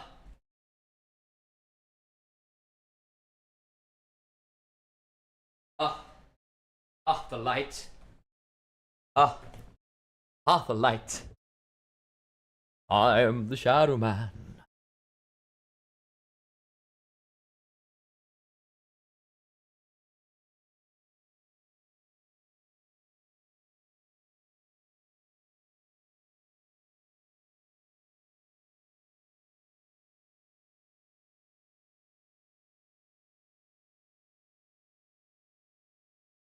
Oh, so it's a Rift Rival Korean draft relay match. Okay. Oh, is this the ASI? Yes. But yes, we were chatting LDL Fearless a little bit earlier and we got a bit distracted by the game. One of the conversations we were sort of having is that at sort of this level, at LDL level as well, if you are a player who is like Potent, is like YSKM, who is famous for specific subsets of champions, specific archetypes of champions, it is easier to find a window to pull them out in Fearless than in Standard drafting. And that could be a really good opportunity for players to flex the mechanical muscles, show what they've got, and kind of translate your solo queue prowess to stage at a level where that is possible. Because actually, you know, if you are a Fiora player, couple games deep, cool, we can now ban out a couple of those matchups which are a bit rough, and you can go, okay, actually, now it's a bit more playable to say, we're just going to play around top. Here's the Fiora matchup. Or we're going to say, actually, we're going to make sure we've got priority bots, so this Fiora is going to get an isolated 1v1 because everyone has to go bot. And if they go towards the Fiora, then our bot lane's going to smash. Like, it's a bit easy to do that one. How's Alex been? Yeah, doing well. He's playing a lot of Ghost of Tsushima at the minute. Excited for Ghost of Yota. In fact, I think he'll be streaming that, which would be good. So keep your eyes on that one. He popped on the stream earlier to give us some info. GK beat their rivals in GNG. Misabe beat Team Orange, which is a fairly big one. Again, it's Turkish team, so again, you can never underestimate them, right? They are a very scary region.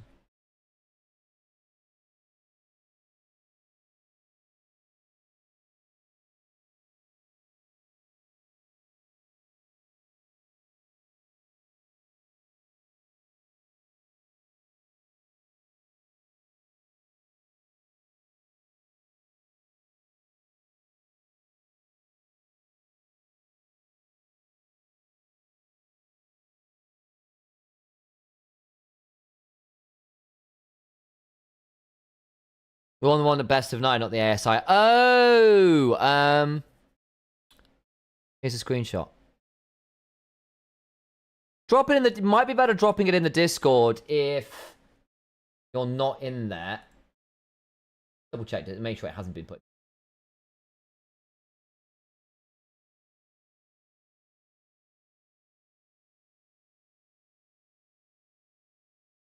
Oh, we were on there. Nice. Oh, we got little posts on Reddit.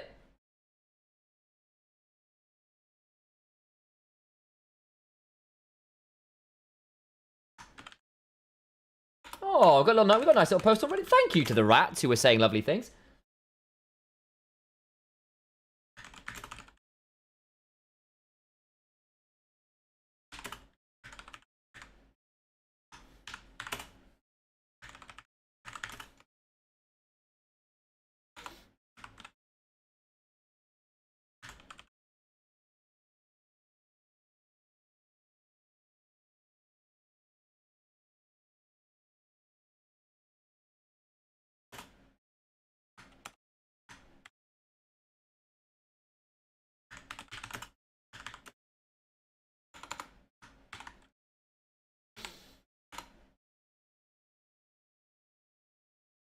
Oh, there we go.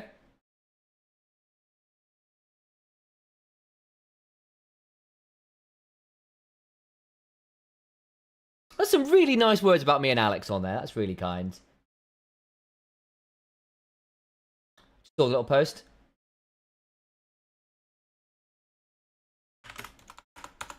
Basically, it was a very lovely Reddit post from some of the rats yesterday, which was very kind. Thank you very much. Should be going into draft soon. I should have put some music on, guys. The joys of game music is it is in fact... Drop the volume a bit.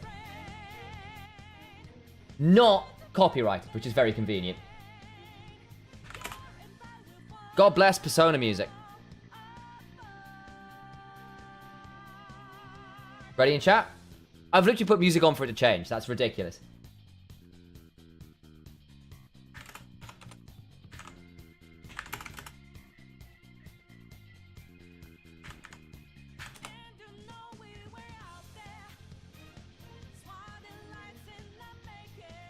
Turn it up. We're going to draft. No. See? We got 20 seconds. I should have just done it earlier, guys. Sorry. There we go. Righty then. So, LR, blue side. Barca over on red. Welcome to the stream. Those who are joining us. For Lost Returns versus Barca. Both 1-0 right now. Bit of a vengeance matchup here. Barca took a series off LR. You know, pretty fun competition between the two of them. So,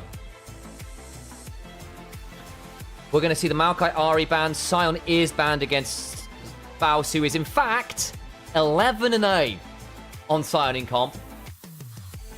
In a year, that's very good going. So, Oriana and Ari away from Chekolad. 113's got his Maokai banned. Wukong away from Velia. Fence. What are you giving up here, though? Do you ban the Gragas? Do you pick the Gragas? White Knight is a Gragas player. Jarvan. Velia's Jarvan saying, actually, we think you've got a slightly weaker champion pool here. Are we first picking Gragas? Because Cage will know to Armne are the ones coached today. They will go instead for Nemesis's Syndra. Worth noting that Chekolad is another Syndra player, so it's a bit of a takeaway from him as well. I think it's also a bit of a gauntlet being thrown at Chekolad, saying, do you have an answer into this? We saw the Hui from Nemesis yesterday. Subscribe to talk in the chat and the draft starts. That's great timing. Great timing. Oh, you got done by the... thank you for the link. Sorry, links in chat. I'll have a look at that one now. Ah, yes. Oh, I don't know that talk. I'll have a look at it a bit later. Appreciate the link, though. Rumble Aurora. Yeah, that's a good pairing. So I was saying, if you're going to first pick Syndra, you're going to get two major meta picks. You're fine with that. Chekolad is a big Aurora player. Rumble, as we've seen, very, very potent. We've watched SLT smash people on it earlier. But again, it's Baus. He's used to playing into this. Are you just Gragasing now? Could Volibear it? Done it before. That's normally into Ambessa, though, to be fair. Baus. The more I'm thinking about it, the more I actually hate that idea. Galio. Yeah, you could Galio this too. Very true.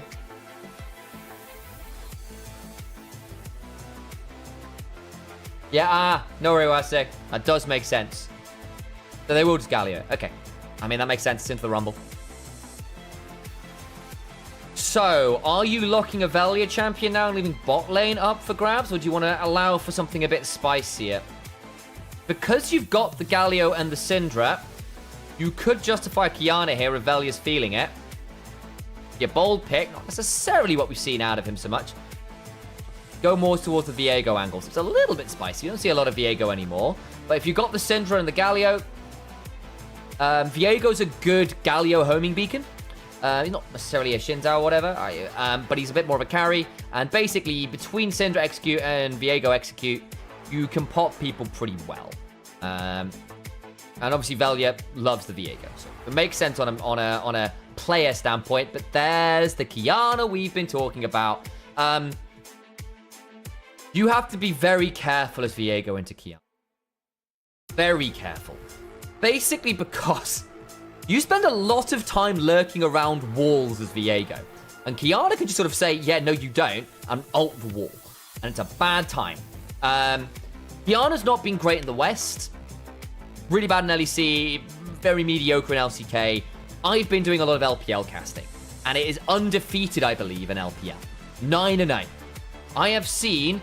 on repeat, 5,000 individual gold leads, 4 level leads. 4 level leads in this day and age in the jungle out of Kiana.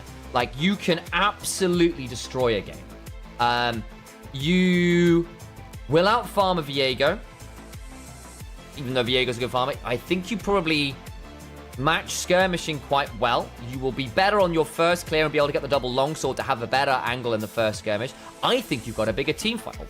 You are safer as Viego.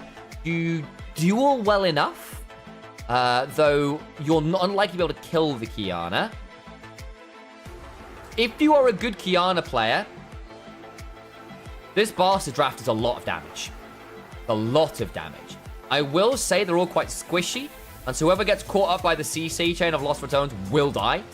Will die, and then you give the body over to Viego, who then turns the favor. But it's not like Barca don't have their own threats here. I think you are going to want to ban... I was about to say, you might want to pick the Alistair here for White in, but banning it themselves instead. is one of Reckless's more comfortable engaged supports. He's not normally that big of an... He's become more of an engaged support player. However, it wasn't his specialty to begin with. Legolas has his Kai'Sa removed. Do you just Rel? Oh, Rel's already gone. Sorry, that makes sense. Do you Braum here? Double melee and Viego hates Braum. He's pretty good with Braum. I could see Reckless locking in a Braum here and saying, yeah, all right, Kiana's coming in. How much do you really want to do that? And they get rid of the Jhin. Yeah, away from Crownie, who's been a very, very good Jhin. I wonder whether Crownie looks at an Ezreal here. Rakan and threaten Azaya. Rakan and threaten Azaya into the Viego and the Galio. And then between Feathers and between Worlds and Kiana, Ul, and Featherstorm, your AoE team fights are brutal. LR have gone for a pick, and I think the Lulu was really necessary here. Okay, yeah, they've gone Zeri Lulu.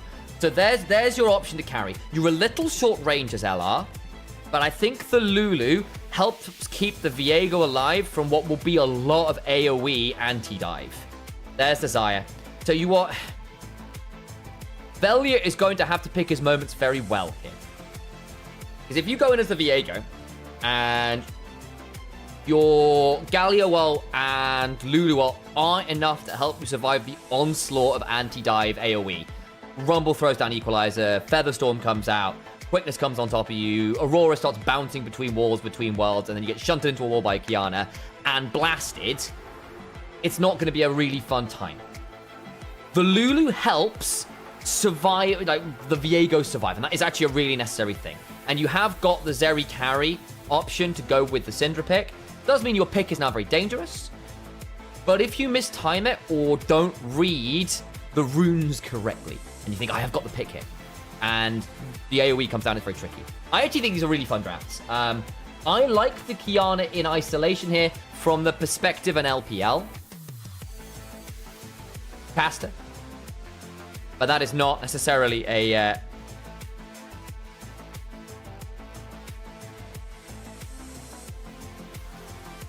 not necessarily an EU caster, it has to be said. Well, Caedrel's manning through it. Wish his throat's okay.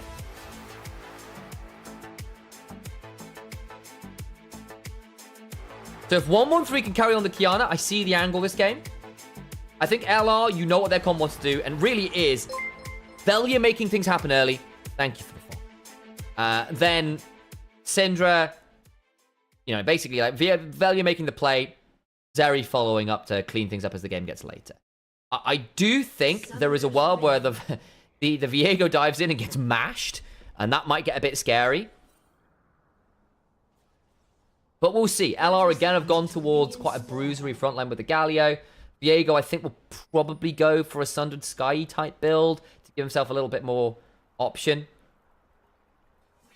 And I think if you get vision control and lane shove and you can start playing around the Galio ult with whoever's diving in, life is decent. If you don't, and suddenly you are into a quad carry comp that is blasting you with the most insane ult AoE of all time, it's a bad time. Velia's about to face check 2 people. Oh dear. Okay. We won't overplay it. However, that does mean no early wards for Velia into the enemy jungle. Reminder, the reason we are seeing Kiana jungle, she got buffed, particularly in her damage to jungle monsters with her W. Basically got 10% extra flat attack speed at every rank. It means that Kiana is clearing the jungle, if you're a good Kiana, at about 304. I see your spirit. 304 jungle clear.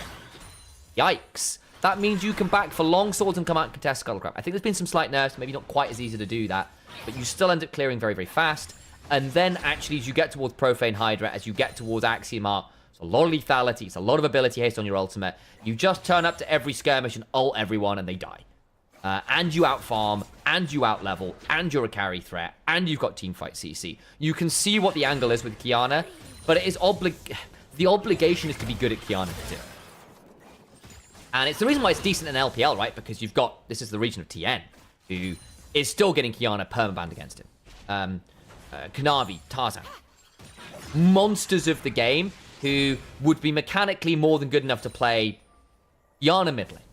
And that is the bar I set for some of these junglers, is if you are going to play at a high level at the very least, the likes of a Zed, or in this case, the likes of a Kiana, and I think there is a certain similarity in terms of when you are drafting them. There are nuances there. We can get into that another time. The baseline for me is, are you good enough to play this mid lane? Could you play this like a mid laner plays? You know the combos. You know the windows. You know how to team fight with them. To that level. If not, then you're going to look a bit silly at a certain level. This is what we like to see, though, because Kiana's already got the red buff and gets to mess with the Viego, who's got no red buff. Oh, dear. Oh, dear. 113 hasn't got smite. We'll start off red here. That's big. And actually, the Lulu Zeri, which is double ranged, haven't gotten shove. They can't join in the jungle very easily. I think Kiana's going to smash this red buff in very short order. Velia doesn't have flash either. I think that's a lost red buff. And they've got wards around as well. So Velia, I think... Look, you've gotten the longsword in the dream. I wonder how you're going to feel about this Scuttle Crab. You won't quite have smite up. Gets a stun in the river. You need to have it go away from Velia. Oh, hang on. I think Velia might have a really good angle onto 113 here. Good chunk there with the dart, the Blade of the Ring King. Nemesis coming over. Whiten's coming. Good dodge away. Oh, Velia misses his W. 113 is going to get to run away. Crowny's going to slide out. Whiten's now coming on over. He's now in danger. Where's the Aurora? TP's back in. Good dodge away from the Scout of the Week. So it'll end up being a buff for buff trade. Scuttle Crab's still up. LR burn a fair number of resources to make this happen. They don't get the Scuttle Crab. Now they're looking to punish. Crowny is going to slide out. They're going to spot... Legolas is going to prevent him getting towards the wave. So the trade for getting Velia the blue buff is lost control in mid and bot. Nemesis, good Scout of the Week. Still eats a lot of damage. First strike. Ow. Nemesis doesn't have TP either, so he's going to lose this wave. No smite. Doesn't matter. Got it. Yeah, okay. Velia's stuck at 19 CS. This is what Kiana does with early priority and a good early laning. This is why you wanted the ward. Why Velia getting chunked at level 1 was such a big deal. Kiana then knows where you're going to be, and she clears so damn fast she can contest you at Krugs at red buff. White Knight's gotten the ability to come crashing on over. If this is a kill onto 113, I think this is actually not great for Baus. It does get the wave crash, and White Knight is dropping a wave to make this happen. So I will note there's a wave crashing right now. So Baus is still going to be ahead in terms of XP, in terms of gold. And White Knight wasn't given the kill, it was given to 113. However, 113 has already gotten a significant lead over Velia. And you have to start asking questions about, is Baus getting a lead enough to mitigate the fact that 113 could potentially take over the game on Kiana? And that could be a big deal. We'll need to keep our eyes on it.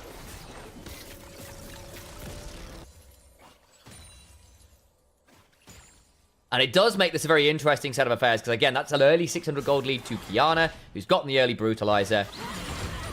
There's the Between Worlds. Nemesis didn't have level 6, and again, didn't get there because he's been forced back. White Knight's got to roam down.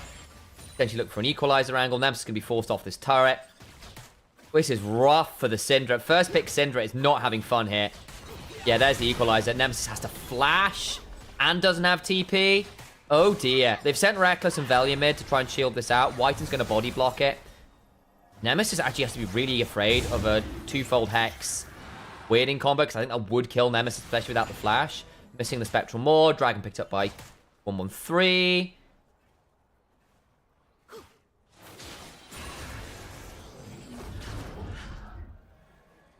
It's not the biggest gold lead. It's where the gold lead is. And again, LR have been known to drop leads early on in game. It happens. They win anyway. Not the end of the world. However, it is worth noting that if you take nameplates off and you go, okay, this isn't LR and Baus, it's just two teams playing this way, you should be nervous that the Aurora has managed to get the Syndra into this position. And that 113 is significantly ahead, although actually caught here at Half HP. Oh, they're dead. Flash still. Galio ult, flash out. We'll be able to escape with the blast cone. But they've gone very deep for this, and Velia's still level 5. Yeah, okay, what Baus gets out. That's actually a pretty good invade. Nice recovery. That's what you like to see. And you get the flash out of 113, who got greedy there. That'll be a camp. That'll be a couple camps back. Necessary for Velia. Necessary for Velia.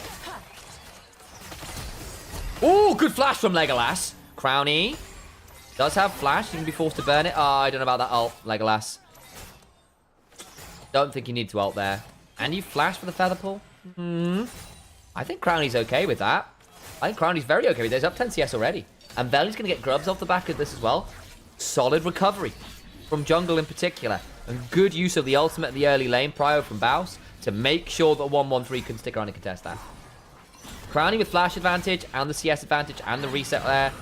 He's fine. Jekalad is going to punish Nemesis, though, who doesn't have flash. 113 is about to just smash him. Hasn't got flash. Does it matter? Yeah, it's Women's Player Talent. Forces the ult now, at least.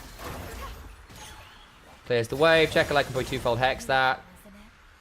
Jungle tax. Baus TP's in. They got 2 of the grubs. That effectively ends up being 2 grubs for the kill mid. I suppose with a player in the jungle as well. 1 for 1 in kills. Did they kill anyone? No, they didn't. They got some flashes. They didn't get the kill. So in the end, I suppose it's jungle camps, grubs for kill mid, effectively, I suppose, in the grand scheme. And the flash advantage bomb. That's kind of its own thing.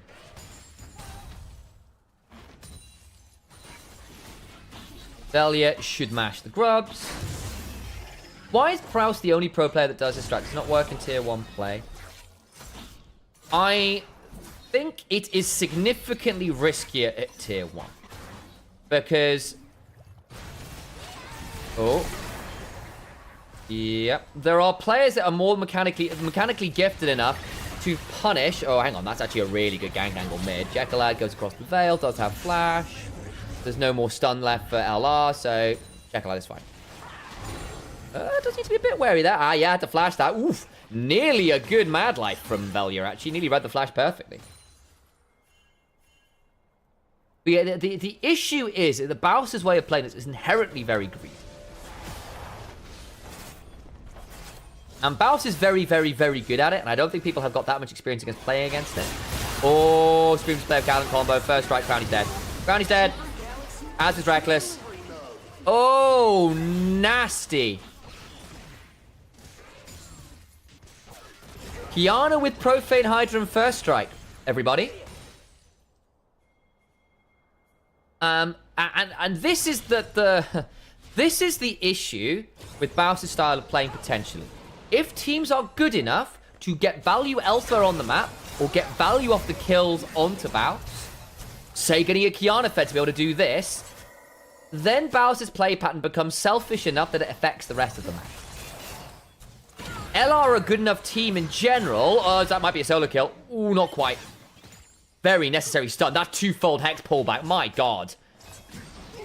That was sub 10 HP, but Nemesis is not having fun mid. Yeah, I think that might be Baus dying. No flash. Feather Storm. Nice. Really good stuff from 113 and White in there. Actually, sorry, Legolas and White in. 113 was on my screen.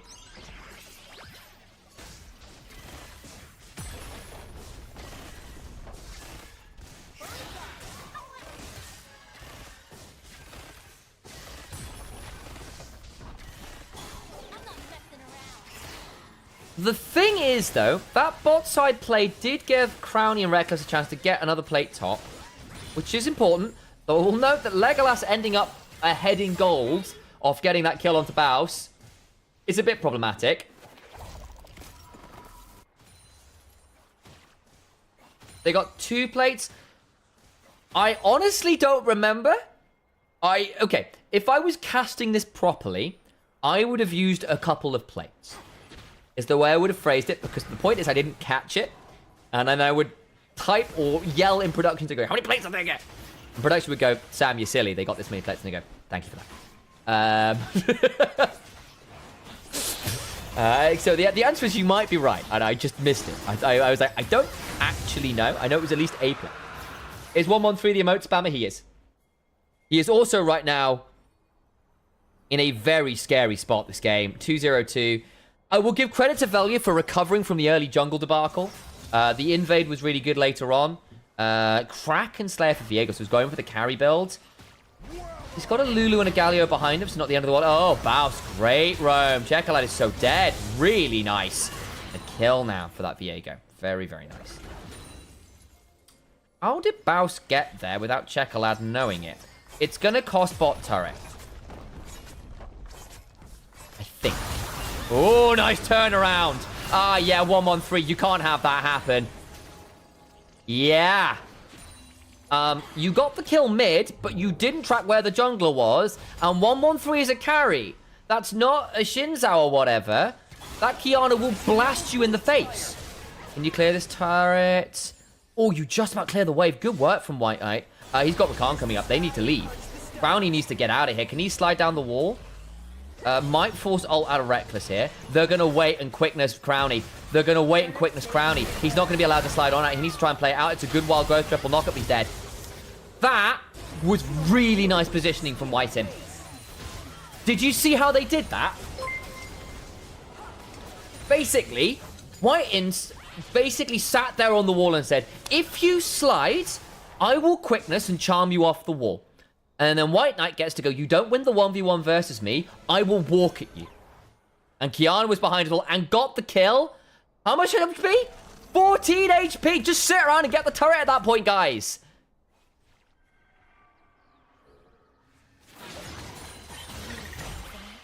Oh, man. I think you just have to sit around and get it. But that was very nice positioning from Whiten. Because it was damned if you do, damned if you don't. You saw what the alcove angle was. Crowny's going, cool, I will slide out of here. And the next level is Whiten going, yeah, I know you're going to go in there. Let me stand next to this wall and I will charm you off. We see this happen versus Talia sometimes too, actually. Yeah, 1-1-3 on a carry. A slightly different beast. Up 1,000 gold. In credit to Velia for at least managing to get some invades off. Get some camps back. But the problem is that invade on the Raptors. He got the Raptor cap and just got blasted for it. Ended up becoming a 1-for-1 because of the kill mid. Because, yes, you got the kill mid, but then the kill back comes on through. And now Kiana is 1,000 gold up. Profane Hydra very early. And who tanks Kiana ultimate on this team? Galio eventually? Everyone else. This is a Kraken Slayer. On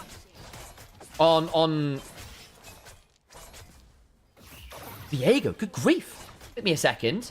That's rough. Now, he's got first turret mid. That is the price of Nemesis being forced back a number of times. Credit to Nemesis at the very least for coming back. Was actually quite a long way behind, but getting that assist, getting some CS back, that's nice. Does get the turret top side. That's nice. You get what you can get. Herald's going to get started, though. And feats of strength for Bass is not bad. A couple thousand gold ahead's not bad. It's LR, though. We have seen them come back from significantly bigger deficit. Cadril is indeed watching. He's got the stream up.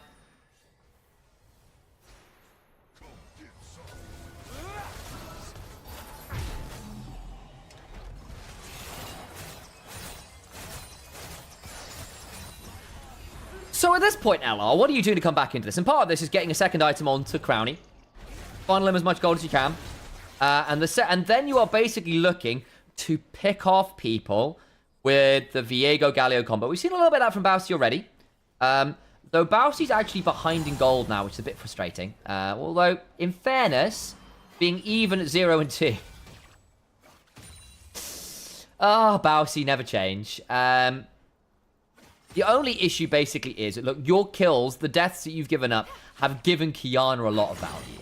And I do think this is a game, as I've been saying, that a good Kiana can carry. And we've seen some bad Kianas. I think 1-1-3 so far has played a pretty good Kiana game. And you're sort of seeing why Kiana was tried so much. But again, there's just a bar. There's a mechanical bar to execution. I don't know whether you needed to herald that. But they're going to... Oh! Oh, God! Bousy! Oh, Lord Almighty! He's dead. That's your tank! Oh! That's not for turret. They might get tier 2 off this. Are we getting rotation? We are getting the Zeri and Lulu coming down, but it won't save the turret. Bloody hell, son. Yeah, now Kiana's 2,000 gold ahead. They get 2 turrets. They can rotate for Soul Point. Faust has got TP and ult, though. So, there's a world where Barca have now overplayed their hands here. They're greeding for all of it. They've gotten the kill, 2 turrets, and they're in the river first. Good chunk onto Veli, who is still quite squishy.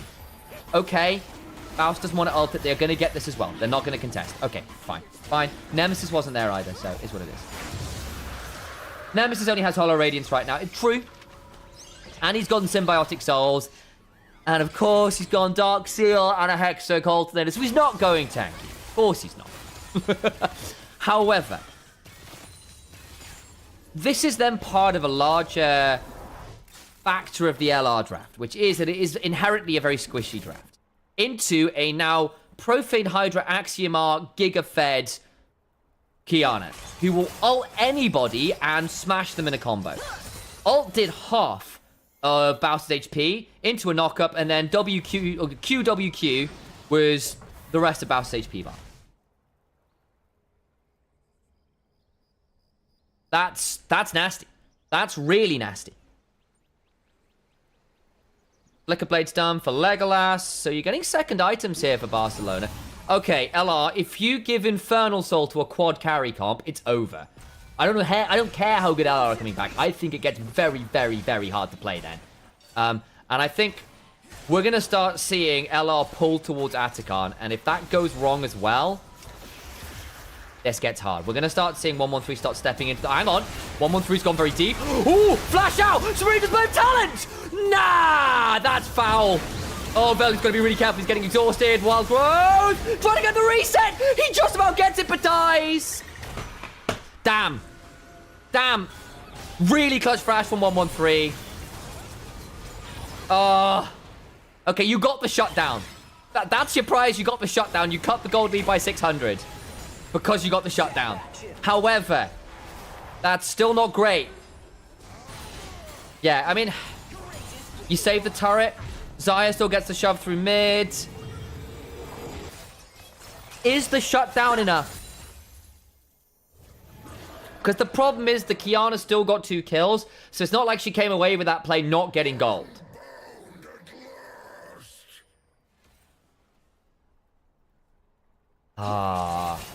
It does reduce... It takes Nemesis' lead away again.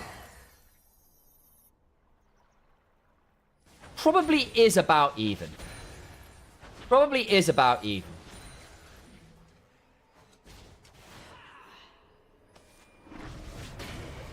I think you're probably still okay-ish with that as Barca. 2 kills for Kiana is nothing to sniff at. Even if, of course, you still give that shutdown over. Though I grant you that 1,000 gold is a fair amount to give over. And I can see the criticism. But does cutting the gold lead by what? 400? Matter compared to Kiana getting another influx of about 1,000 gold herself. Well, more like 750. There's still a lot of gold to give over. And Nemesis dies again. And it gets more on the board for Checkerlad. And it forces awkward rotation, so you end up losing a wave bot.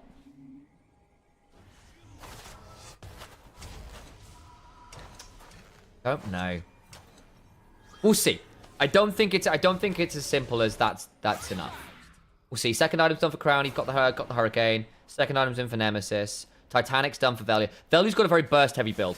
And this will matter, because if you do catch 113, and you get an auto-Q auto off with the R, or an auto... Even a Q Titanic auto, or Q Titanic R. Like, those short burst combos are very, very scary. That is a moving the camera. That is a very smart Serpent's Fang. The tankiness this game is from shields.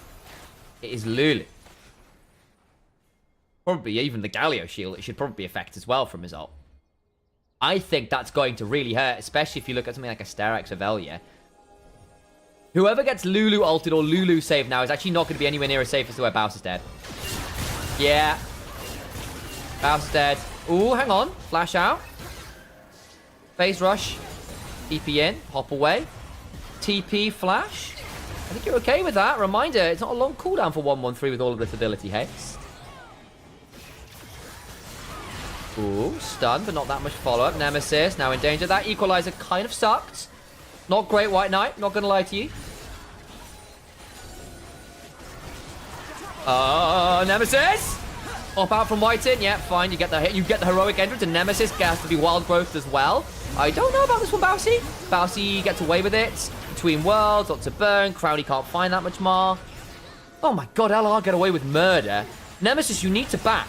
The problem is this is Infernal Soul, and Barcelona's HP bars are so much better. You have to contest now, but you just burned like all of your ults. How the hell do you walk into this as Soul? Quad carry with Infernal Soul.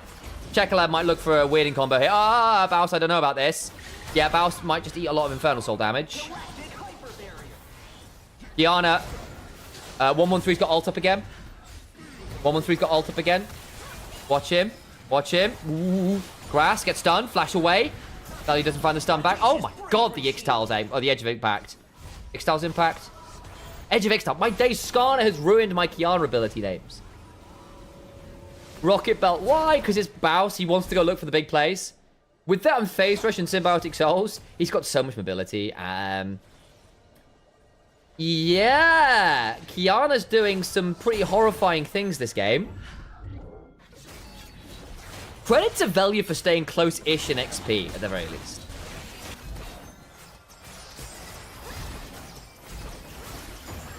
They can Atakan now. With Infernal Soul. Oh, LR, you've got to play this well. Any other team, this game is over. They're 4,000 gold down. Ah, man alive, that's a lot of damage. Yeah, okay, well, you got an invitation to the talent show.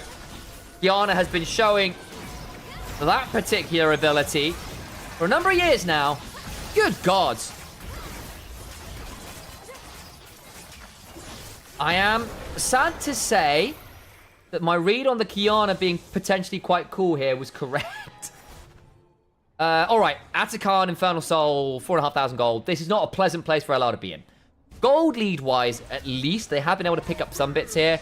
Baus is going to get a tier 2. You take the silver linings where you can find them.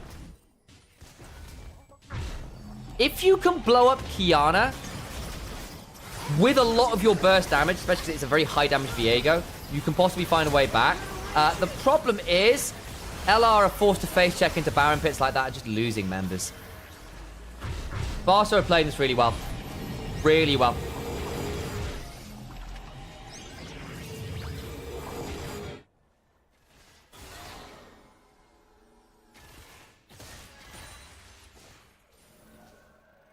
Yeah. This is challenging now. Well, they just, at the span of about 2 minutes, they just got Infernal Soul, Atakan, and Baron. That should be game. I think unfortunately for LR, they are not winning this one. First pick Syndra hasn't really worked out. And then the response being Rumble Aurora has been tough. They then Galio to try and mitigate the Rumble. Rumble fell a bit behind, but it's been just fine in the team fights. And they go, right, we're going to lock in Viego. Not bad as a Galio option, but I think Barca just basically said, yeah, blind picking Viego and blind picking Syndra is just very bold to us. Because the Kiana is a really good answer to a lot of these junglers. To a lot of these comps. And you can see why. Again, it's not been great at LCK level. It's not been great at LEC. In LPL, it's been first pickable. People have been banning it and are not allowing it as first pick, first game in Fearless. First game, but first pick options for certain players, because you can just take over a game and then it doesn't really matter. She'll always have ult up and she will be an extra carry and she's initiation. Her ult is initiation. It's like, well, I'm a carry with initiation? Sign me up. And I can just get massive individual leads in the jungle. It's tough. Enemies. Right? What? It's top! That's without ult! Good God. So you can see why LCK and LEC teams have been trying it.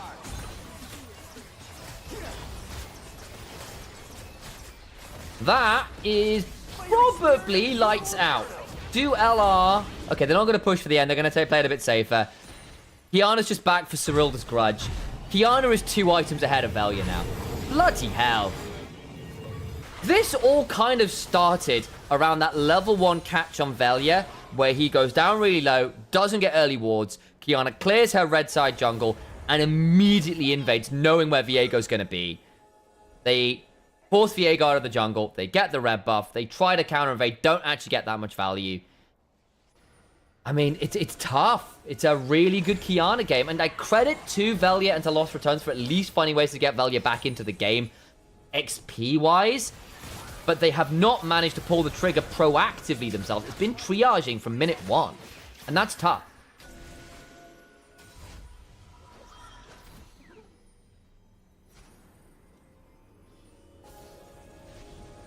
The level of damage reminds me when LeBlanc was blowing up support on Spam a few seasons ago. Yeah, there is a bit of that. And again, like, look, the way LR have built this team comp, like, it is a carry Viego with Titanic and Kraken Slayer. It is Baus going AP Scion. You've got a Lulu support. No one here can deal with a Kiana combo. Not a 4-item Kiana combo. She's level 16 now.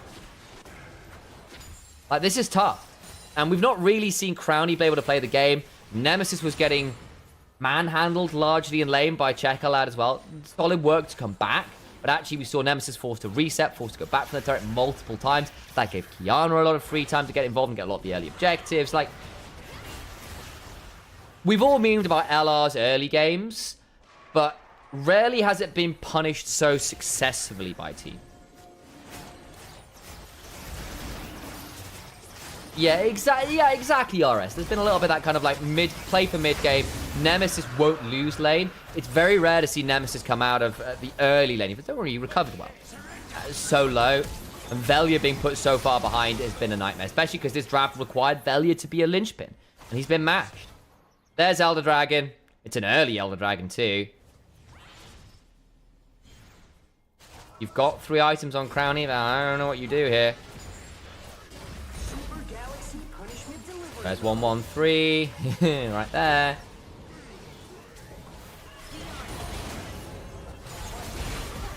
Bit of a stun. Barca did it in groups last time as well. They did. They did. Barca have been a bit of the LR kryptonite. I was quite excited for this match. I was like, I wonder. And I'm glad I wondered. I am glad I wondered. Good stun.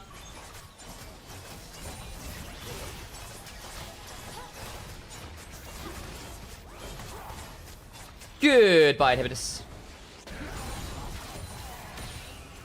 So, what a phrase from Dippy, by the way. Sometimes the bear eats you, and other times you get eaten by the bear. It is what it is. Well, this game, Barcelona have been the Grizzly. And Kiana has been the primary clause. Come out of hibernation of late. Back into the light of pro play. There's some mixed success depending on what league you're in. Best of 1, it doesn't mean much. Yeah, look, absolutely. It's not. However, I say this as an NLC caster, as an LR enjoyer.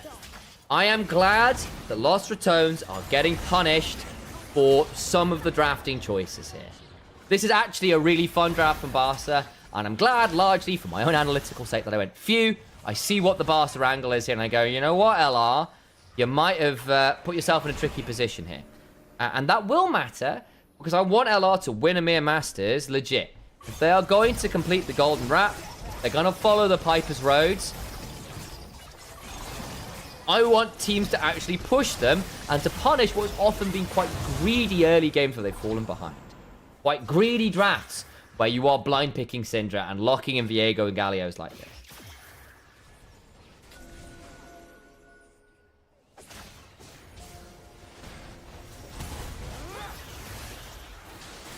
Hang on.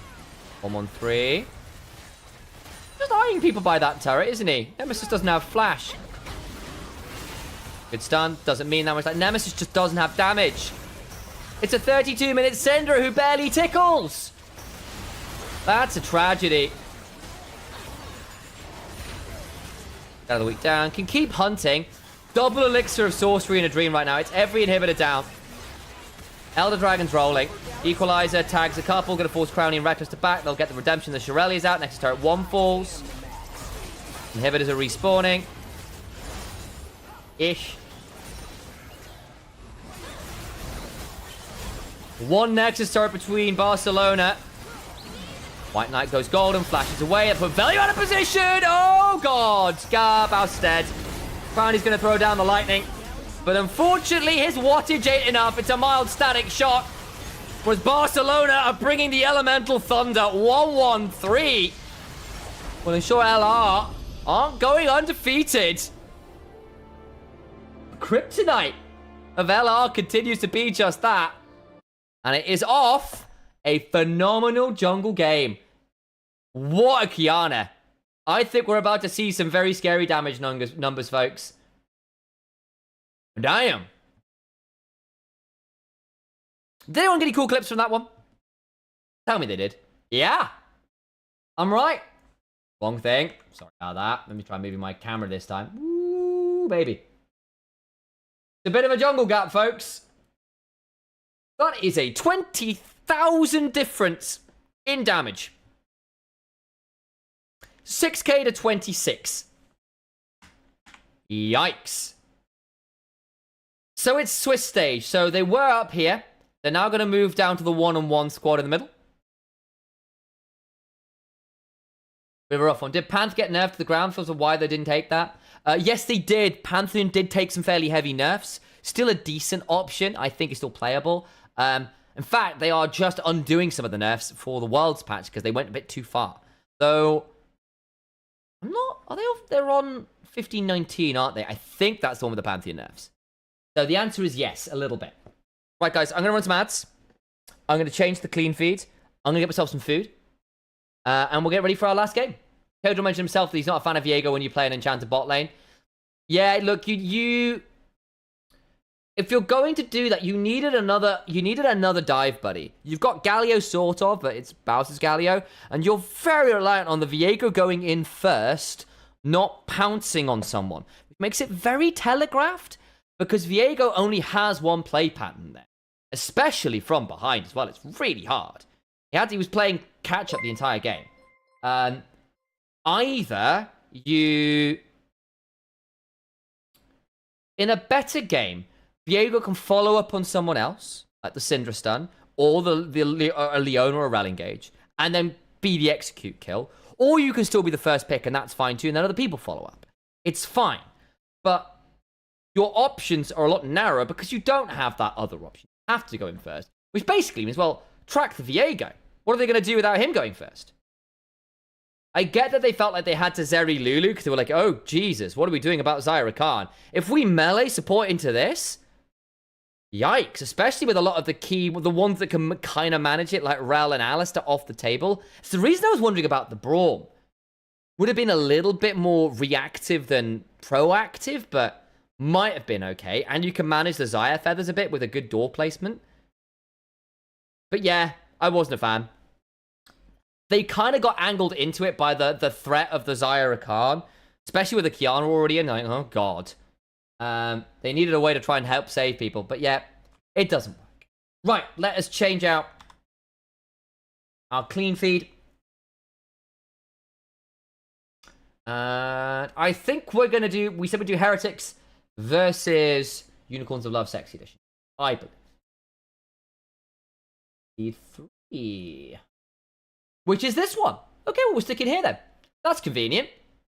In that case, give me a second, guys. I'm grab myself a bit of food. And we will return for our final game of the day. Back in a second or two.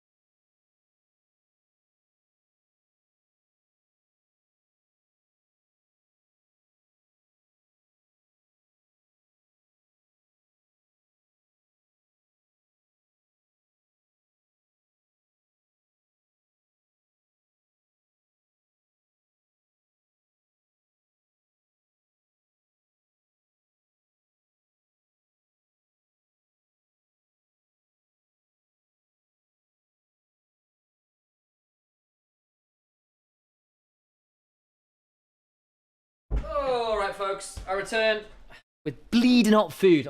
Made myself a paneer korma from scratch. Look at that. Mashed up a load of cashew nuts earlier. It's very good. All right.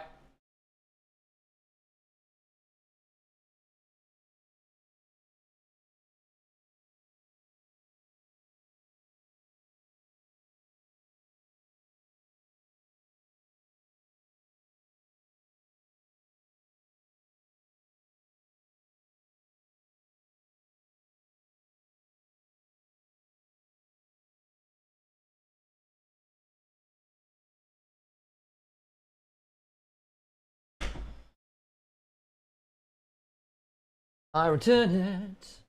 The Lulu pick was a bit, yeah. I see what the thought, I see how they ended up there. I see how they ended up there, but there we go. Right. Munch on this a bit. I'll move the microphone away so you can't hear it. Heated those.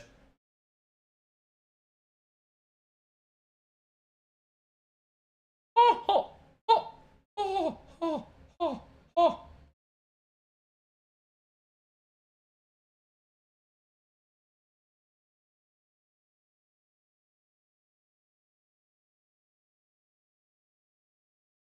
Edward mentioned himself that he's not. Yeah, well, we've had that. Big upset? Yeah, I think so. So for fairness, Barcelona have done it before with lost returns. In some ways, like, I did wonder whether that might be a bit of a thing. They have beaten them before. A pretty good read on LR.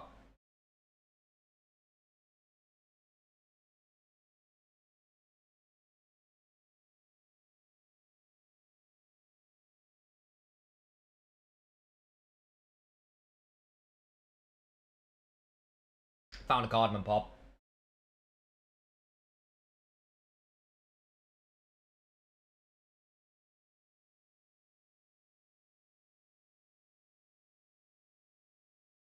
Partisan beat Galleons as well? Wow! The LFL first and second seed lost today. And Partisans are on a really good tear. That's now 2-0. Good for them. Depending on scheduling tomorrow, I think we'll try and get a Partisans game in.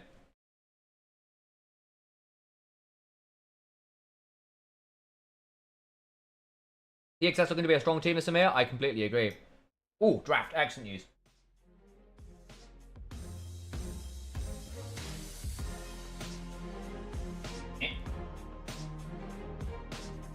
So, Dan Vox, name I go. Simply, well, we saw a bit of Heretics yesterday. They started well. Mercy got a cool solo kill, and then it all started falling apart as the game went on. They got more and more panicked. And were deservedly beaten.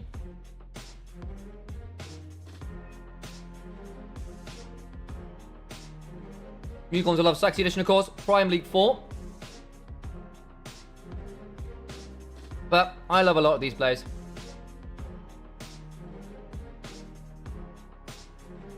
Dan Voxen in particular is a player I think is a very, very good IED carry. Very well rounded. Very flexible. Plays major spot as well. Could be pretty scary. Simply going to get a hold of the Oriana.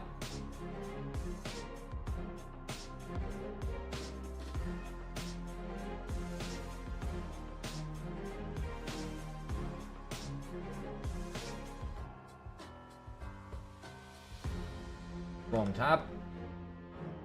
The right tab. This one?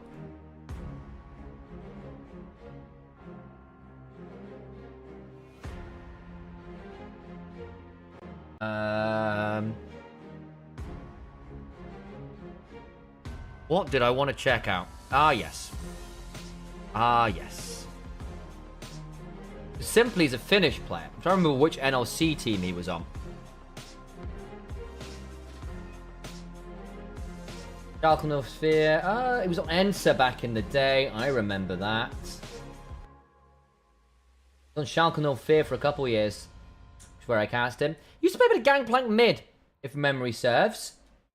The Gangplank mid enjoy it. Anyway, draft. As it stands, Oriana, Shinzao, Corki. Skirmishing, front to back. Big ults. Wow. Heretics, little bit more scaling with Yunara and the Syndra and the Wukong. However, very, like, significantly more dangerous as the game gets later. So I worry a little bit about lane priority. I think Yunara, with the base stat nerfs, has been less scary those early levels, whereas before she used to have these windows with Q and E running where she could run people down with just the autos.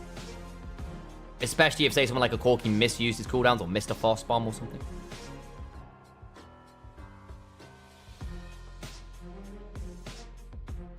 Look, Douglas, yeah, indeed it is. Of course. Once of LEC and ended up being replaced. A lot of people want him to come back up to LEC at some point soon. Yeah, I'm 80% on a Heretics win because I think they've got some really good players and I think they were better than they showed yesterday. We shall see.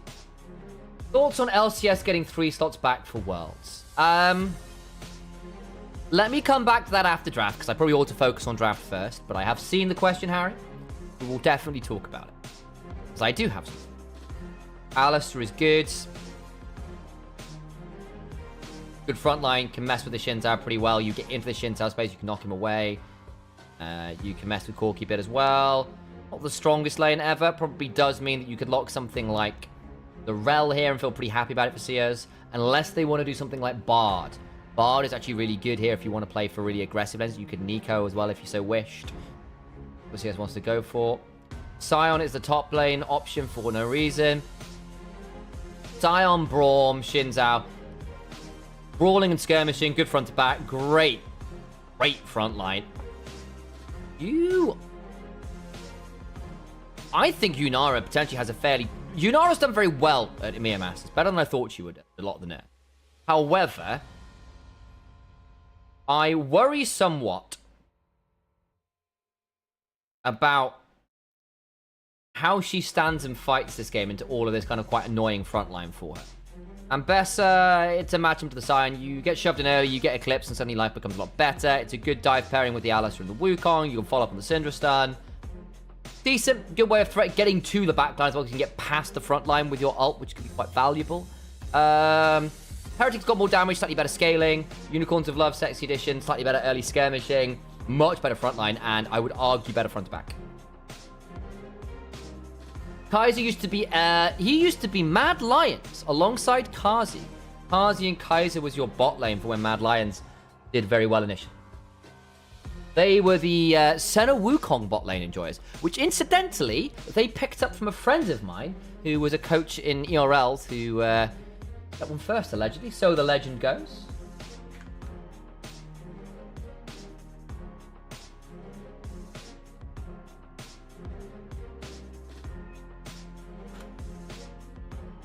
Update my stream title. I'll munch a bit on this food while I get the opportunity.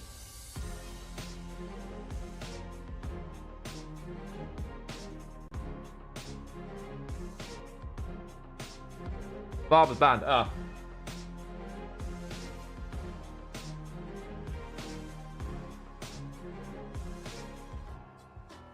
Why the Gwen ban? Because Trayson's a big Gwen enjoyer. And Gwen is decent to Sion. She does well at the tanks. Orky and Jins, I would have to go into. Like, she's quite enjoys the melee conversation she has to fight in. Douglas with Vitality, yes he was. Sheepy's still the coach of UOL? Yes he is, all these years later.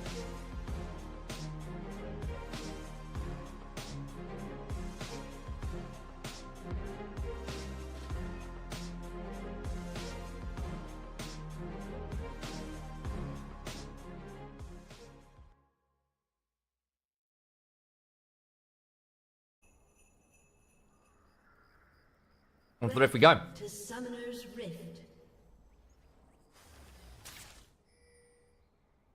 Unicorns of Love are going to want a decent early game here. They're ones with the Corki. They're the ones with the Braum Shins out. I think if you get like Wukong and Syndra stacking up, getting some good items, a bit harder for that front line to be as valuable as it once was. I still think Rin might have a tricky time here on the Yunara, but we'll see.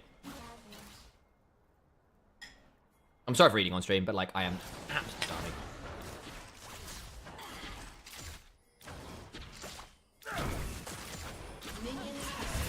Simply.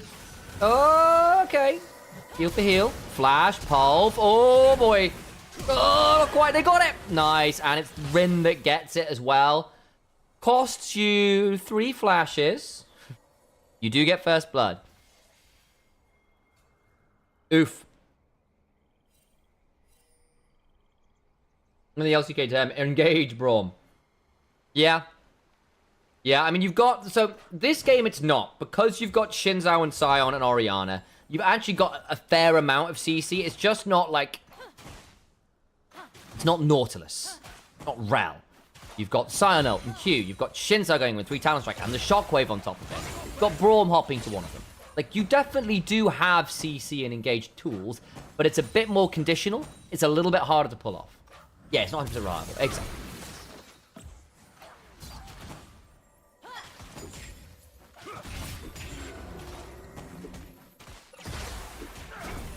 However, it's great when people like Wukong and Bessa and Alistair are diving into you.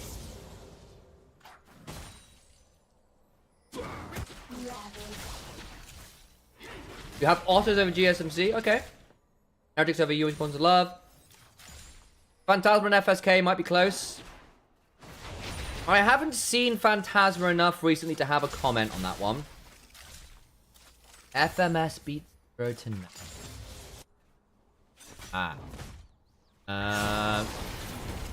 Ooh, decent chunk.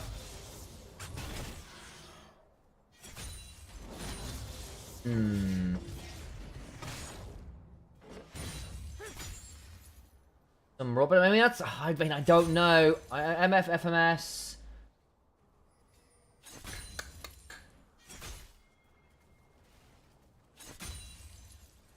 The thing is, obviously, it's still really close one because obviously it's Ultra Liga 1 and 2 against each other, right?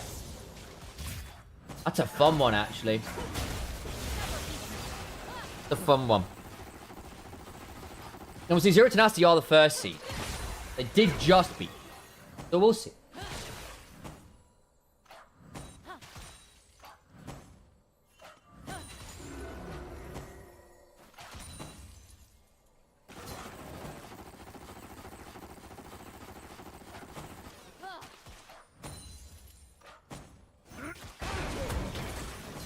Headbutt away. Flash. Oh, hang on. Kaiser could pulverize for the Braum passive. Very nicely done, Unicorns of Love.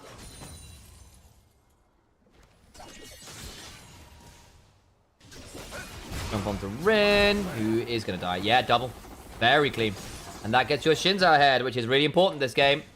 Because you need him to be an additional threat in the backline to make the divers sweat. If you overdive and leave someone like Rin out to dry, the Shinzao could potentially be a consistent kill threat against that. That's important. And again, reminder, they blew flashes to make that play mid. So a little bit awkward. And it does help cut down the lead that was becoming a bit problematic. Bot. Then Vox only gets the assist, but hey, get what you can get. How many teams are in Swiss Stage? I think it's 32. Okay. 1, 2. 8 times 4, 32. Yeah.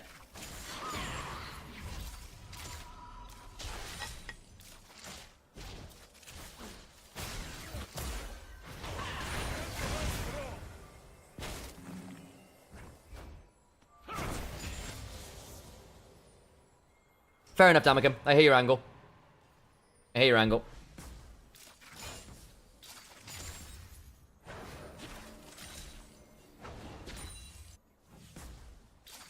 I still think it's very good to have the Shinzao getting kills. But I wouldn't complain too much about Shinzao getting a couple early kills. It really allows him to be a real menace early. Guys have to go and keep Rin alive, otherwise the passive comes on down. Do they want to cultivate their spirit? No, they don't. At least this one ain't looking one-sided. Yeah, that's true. We've had a lot of one-sided games today, guys. A lot of one-sided games.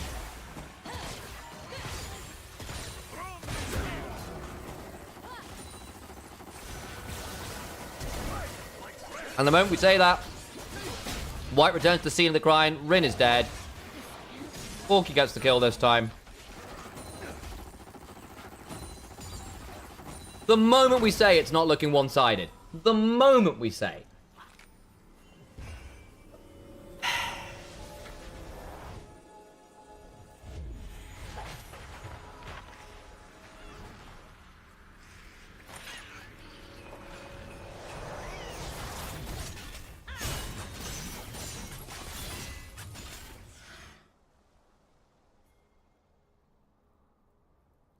Grayson. Probably get a plate here at least, but Yunara's topside already. So, you know what? Not bad rotation time in there from Heretics. Man, this is looking a little bit like what happened yesterday, you know. Heretics just a little bit slow on the board. But I grant you yesterday was more about Douglas kind of getting it done in off those rotations rather than it being bot lane, but still.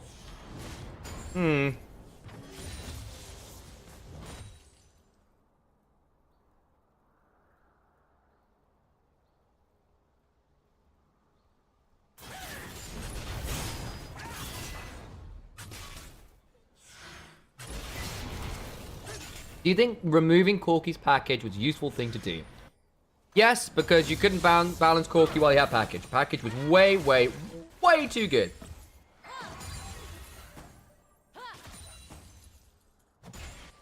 I also think it allowed them to give power into Valkyrie, so they can make him a little bit shorter range. So they try to make him more of a knife fight champion, which I think they should go even harder on, honestly. I think he still gets to play a little bit too safe for my numbers, but I think so. I think Corky was basically unbalanceable where he was, and he was quite a frustrating play pattern with his kind of AP scaling effectively from AD, rocket spam, package for an insane teamfight art which you'd scale to get towards. I think package was cool. It was a really fun ability. It was, however, very challenging. I think if you wanted to have package in there,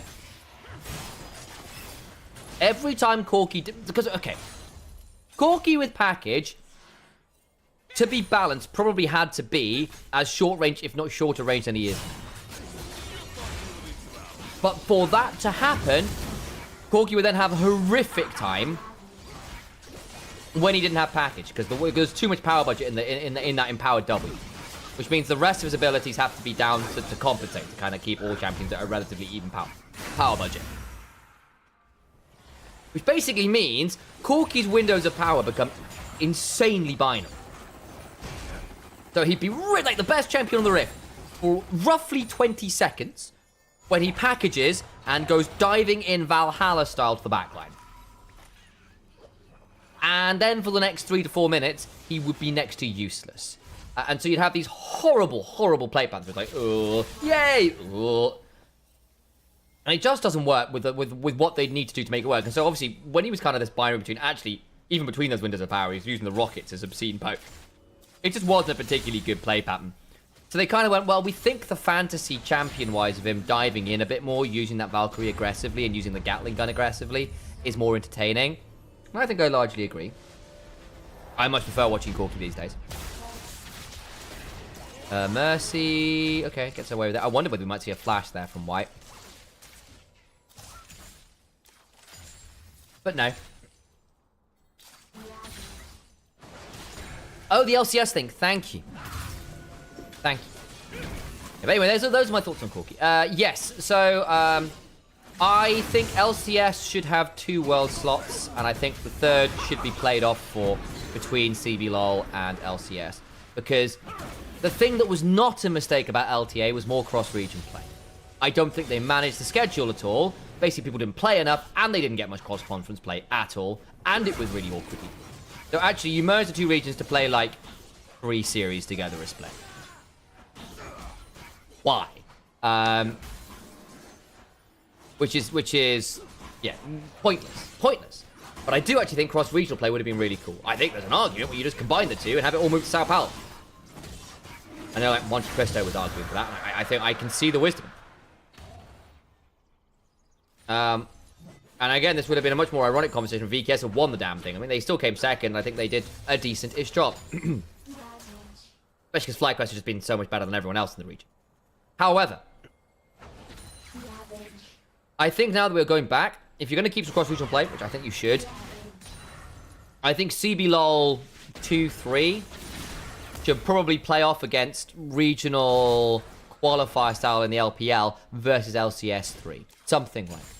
Or even something like CBLOL 2-3-4 versus LCS 3-4. And you have all of them playing a little tournament, cross-regional style. You go to some cool city for a weekend, and you do a little tournament with everyone there. And it'll be a great time. Hey, Monkey, good to see you. I think it's a real travesty that CB LOL, having basically proved they're at a similar level to LCS in some ways, are going to lose a load of slots, having lost a load of teams, and a year's worth of progress, having done a great job in 2024. It's very frustrating. And I think they can be... I can see why CB LOL fans would be very frustrated. Who's my favorite to win Worlds? Give me that LPL bias. I hate to say... Hang on, wait. Wait. Oh, nasty. Arc of Ruin. Good combo. 10 Vox, they did not get to play the game. Ooh, and you interrupt the back on the Braum as well. Very nice. I hate to say it, but it's Gen G. They're just so good. They're just so good. Yeah, outside of that, I think you're then probably looking at someone like... I mean... Your top 4 are probably going to be something like, on paper, Gen G and T1. Outside option of someone like an HLE. Whee, goodbye for no reason. For all that T1 fell down to the lower bracket, they're still the team that pushed Gen G the hardest. They still had the better split. One bad series does not a complete capitulation make. However, I think you're also then looking at, probably at this point, someone like BLG, someone like, and I say this with the greatest of trepidation, top esports, and they're a good team regionally. They're a great team regionally. Yeah, look, LPL teams around objectives have kind of sucked this year. We had 80 plus changes, not including coaches and staff, in the LPL. Teams have been really struggling with support jungle synergies. I think it did get better across playoffs again, but I am going to need to see some solid leveling up of going into Worlds, and that's possible. Teams are good enough, the players are good enough. But I think LPL are going to turn up to this tournament, and if they can't fist fight their way to a win, are going to throw at Atakan, because they still don't play Atakan very well, and they aren't setting up Dragons very consistently at all. Top esports have been good at that. However, you're then trusting Top esports international, so I have vague hopes for AL, but they need to step it up to pre-MSI hangover form. We'll see.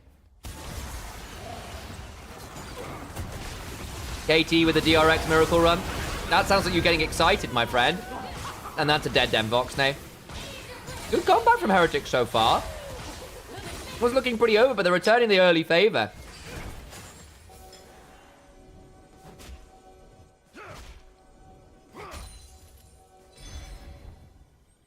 Gen G versus BLG, best of 5. I think BLG can win. Look, I think Gen G are a bit of T1's kryptonite. I think BLG have a fairly decent matchup into Gen G. And that is because I think Knight is one of the very few players in the world who can mechanically joust with Chovy and come out on top. Not every time. I think Chovy's probably gotten the better of him the last time or so. But I think you've got to be very scary there. And I also think that, like, if the likes of Elkin On and Bin are going for the flips and winning them and getting ahead, Gen G aren't given the window to stall and manipulate the game the ways they want to. 2023, yeah, exactly. Exactly. Ooh. I wonder about this one. Barrier for barrier. Cool. Flash. Then Vox doesn't want to look for more. Ren flash. I think he had to flash. Otherwise that Rocket would have done him. Chovy's more choky lately. Honestly, I thought Chovy had a bad playoffs for his standards. As honestly did Canyon. I think they were very light on Cassante and Keen being a monster, and then Ruler and Duro just saying absolutely fucking not and winning regardless. But yeah, I was not that sold on Chovy. Okay. That said, much like with G2 winning LEC, if you're winning when Caps is still having a quiet series or a mediocre series, then you're in trouble. It's true of Chovy G.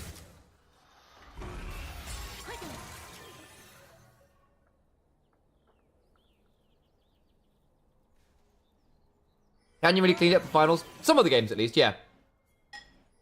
And I still think Peanut had a pretty good series. I feel really bad for Peanut.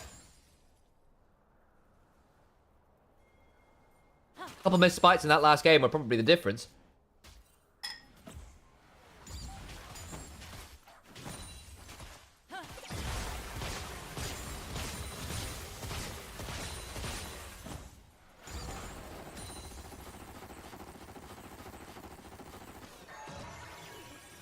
When's our next dragon? A few minutes yet. It's a very even game again. I was worried Unicorns of Love were gonna... Excuse me, guys. It's very rude of me. I was worried Unicorns of Love were gonna run away with it, and they have. T1, if they avoid Gen G, can go for the 3-peat. Yeah, I agree. I will not... Until I see T1 beat Gen G, I'm not going to trust they're going to beat Gen G.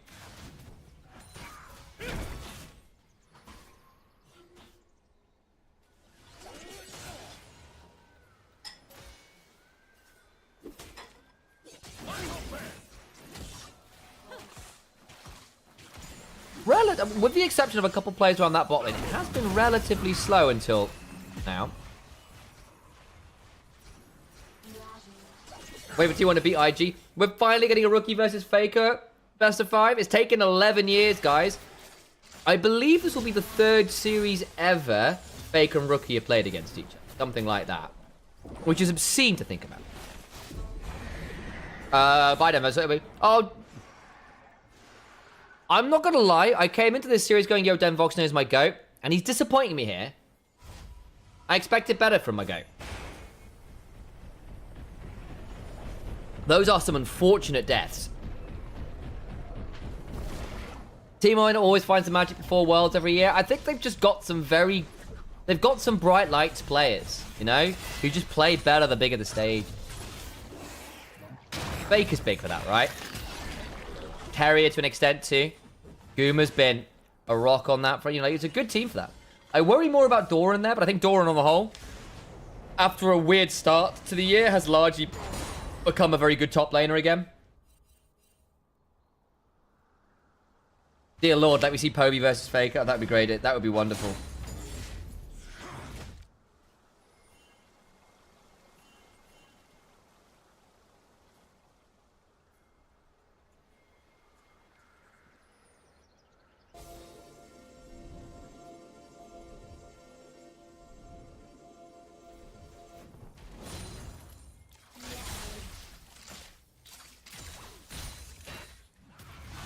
Need Doran to die to Krugs again. Yeah, the Krug Lord cometh. Game is surprisingly equal so far. It is. It is. It does mean I think this is going to come down to an Atakan flip. Dragons. Feats of Strength, Unicorns of Loves. Though Corki was the recipient of a lot of the early attention, has now ended up in a 900 gold deficit. Which does suck. It has to be said.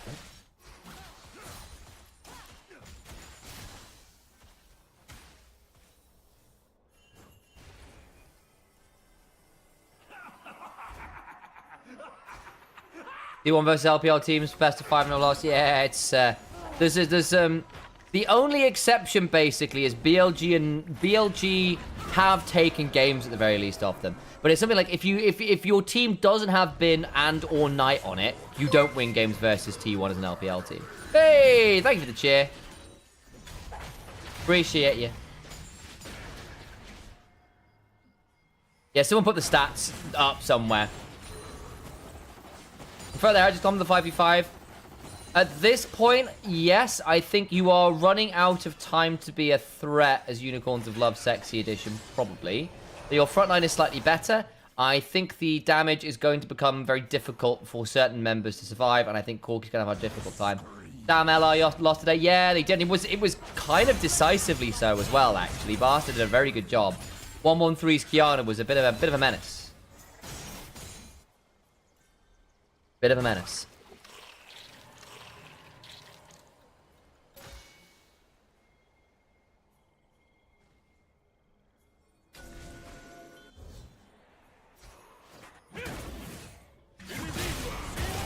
Ooh, decent.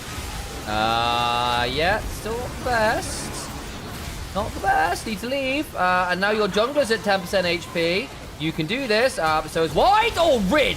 Nice angle. Scout of the week was really good from Mercy. In comes the Scion, though. Mercy flashes out. Flashed away from Simply. Tracing should probably get that one. Does. Douglas is still doing Atakan. I don't think you can solo this. I mean, you're Wukong, maybe with clones. Bit dicey. Little dicey. Getting like your resist ready. He's doing, you know what? He's getting away with it. And every time, for no reason, tries to come on over, Trace and goes, no, you don't. Missed the knockout. Yeah, so Corki's one of those champions who has a horrible win rate over time, Kev. The later the game gets, the less Corki wins. And that's partly because, again, he has to pick his moment to Valkyrie forwards very aggressively. And doing that at the wrong time is how you lose a game as an AD carry. See Kai's win rate over time.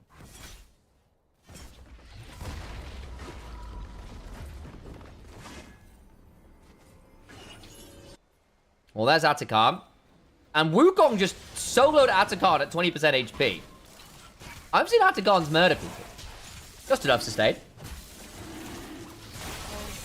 Might end up being Dragon for it, but I think Heretics will be okay with that trade. They might come and contest regardless. They don't have a lot of control here. Okay, Hexgate over. Oh, nice idea. Can Unicorns of Love find their way out? Yeah, nice turnaround. Woo! Little bit late on the ult there, Kaiser. Decent stun back. Rin is very deep. Yeah, all out.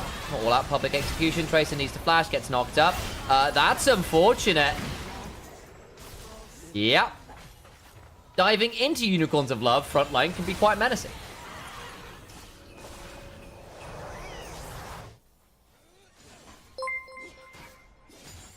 Masu's 7-0 this year that way, is he? Damn, that's actually really good. On that one. I don't think I'd realised. Is that with the Corki?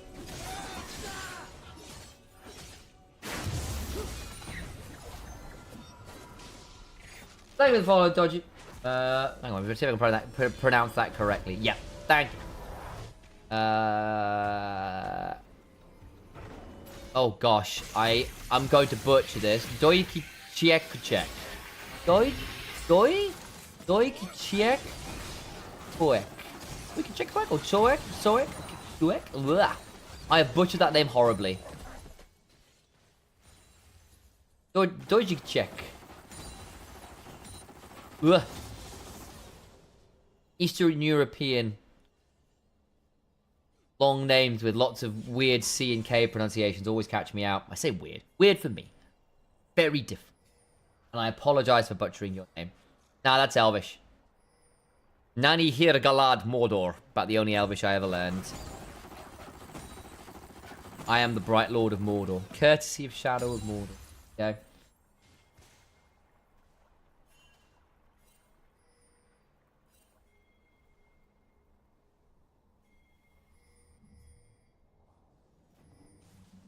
Go to game. I had a lot of fun with it. You can see where a lot of other games started taking some ideas from it, right?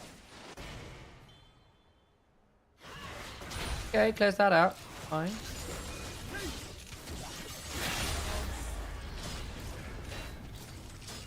Turret falls. The Unicorns of Love again. This is not a bad recovery. They're actually ahead slightly in gold. Does the Atacam make enough? How many petals? We don't know how many. They got 12 petals of Unicorns of Love.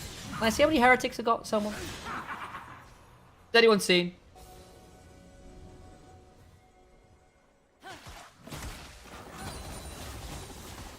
Is there another Zitzi situation with them? It is a little bit. There's just someone in chat, to be fair.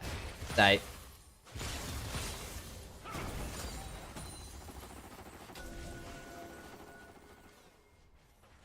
Slightly. As a caster, not to put too fine a point, I am sorry about this chat, but the players tend to be slightly more important than you. A little bit. Armored advance. Still haven't seen a Heretics player know how many petals they've got. I would like to know. If Trayson oversteps this, he's going to be 1v2. Alright, you may need to public execution out of this. There's the Scion ult. Buffered out well by Trayson. TP's flying. Dagger's also coming on down. Redemption keeps people topped up. Mercy needs to flash. Scout of the Week is decent. I think this gets messy for Unicorns of Love Sexy Edition now. They're collapsing slower. Seers and Den Voxen are coming on down. It will not be enough. Syndra says, unlimited power! And hits people in the face with a volleyball. Can't quite get the kill there on one more. Still. Ooh. Hey, good to see you, Naruto. I do indeed remember you. Though, for the record, I'm not actually Anivia. I am Initialize. I just work with Anivia. Part of which involves doing some co-streaming to his channel. Anivia is a lovely dude, but he does not look like me. But nonetheless, I do remember you, Naruto, Sasuke, Uchi. Then Voxne. Why are we looking at you? Look at that corgi butt! Woo! Got 2 items at least. The problem is on the other side. Look at this, Yunara! I feel like she could probably use a defensive item here. Been very greedy with it. Why is Ali not running Spellbook? I think because he wanted the ability to frontline and get out. Because I think that the thing is, this is anti-Braum tech, is what it is. That's a good kill onto the Orianna. That's a great kill onto the Orianna, actually. Especially before the dragon. This is anti-Braum tech, because it basically allows you to go in, combo, and run away before Braum passive stacks on you. Is the idea.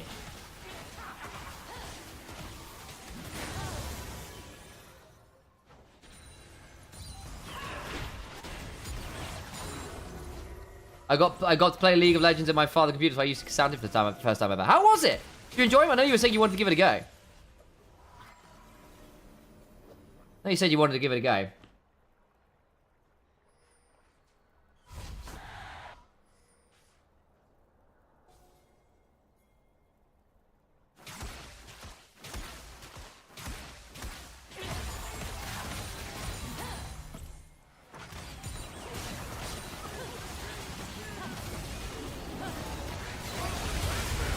There goes the engage.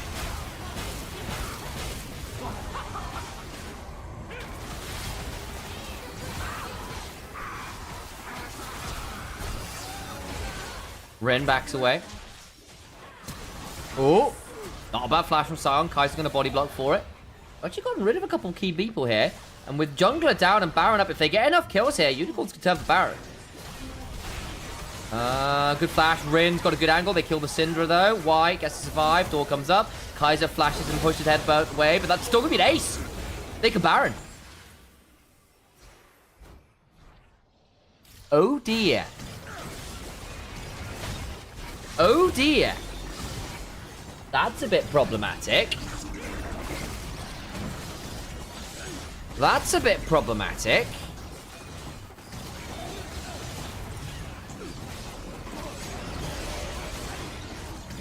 So it was until Dragon. What can you get done off this? Wow, this has been back and forth. I'm excited for that.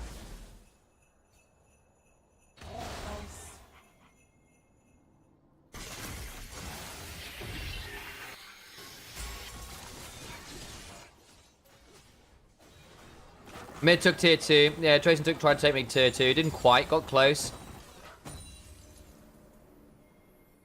Hextech Soul. Man, that is a ridiculous gold graph.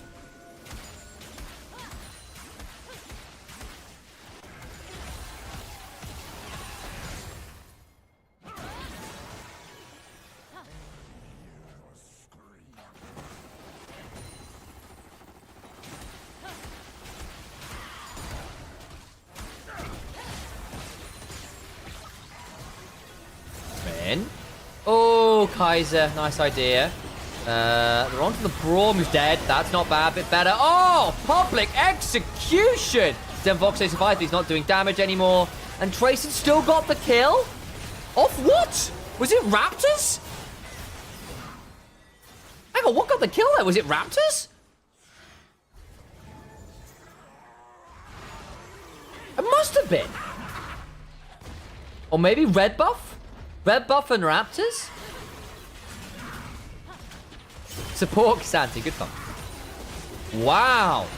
Okay, Unicorns are love. You lose even with a Baron, okay? I thought it was going to be quite close, but one fight goes wrong, as it has every time. It feels like we've been back and forth that one quite a lot. Flash up from the Scout of the Week. White goes into the Crescent Guard. Kaiser's keeping the Orianna away. Pulverize away.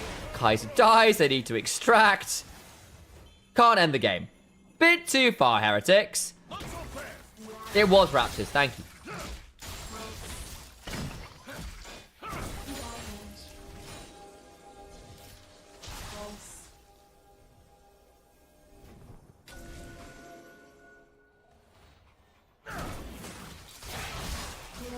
Once again, big flip. Yep.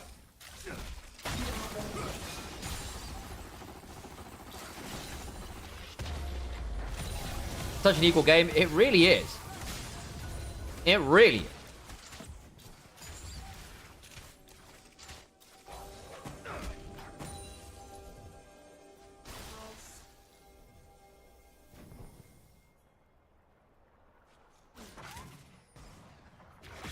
"30 seconds until Dragon. It would be soul point for either team. White goes looking. Things he uses Audacious Charge to get range. Adagas on a really good flank angle here. They're not seeing him at all. Oh, watch this. Oh, just spotted now.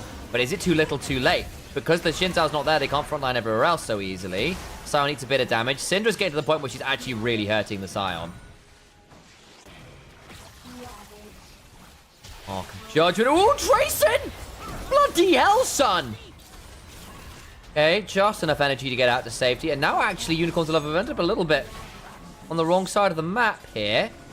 Grayson still threatening with a flank angle, still threatening with a public execution.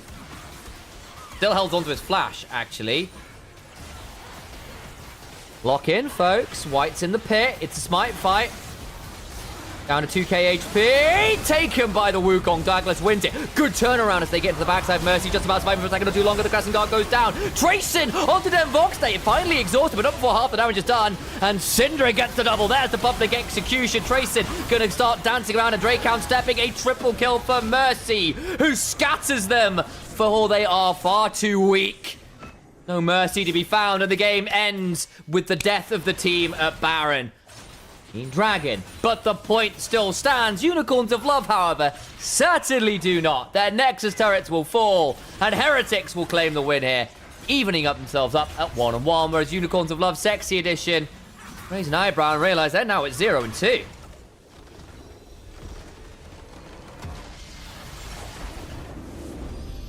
That was something. Let's have a look at that post-game graph.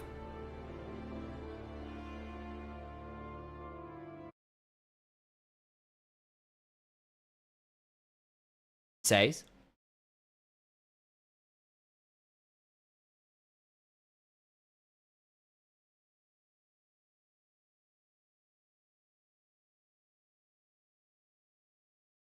There we go. Trayson, what a game. Very good stuff from him. Again, he was hitting Sion a lot and Braum a lot. But him and Rin did a lot of damage. The squishier comp from Heretics, so they're obviously going to have slightly lower damage numbers sometimes, just the way it is. But there you go. Very wild gold graph. Let's move that around. That is a gold graph of all time. Bloody hell. LPL wishes. TPS Aline. TSMC vs OTS. Is the way it is. There you go. Okay. No idea what the draw is. Let's have a quick. We'll have a quick gander around the other streams, shall we? See where things are at. I don't think I'll stay on too much longer, guys. I'm not going to lie. Who do I want to see? Fantastic, probably. How they're doing. Not seen them yet.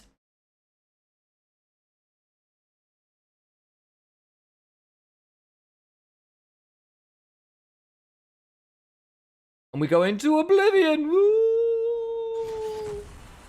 Hear audio. There it is.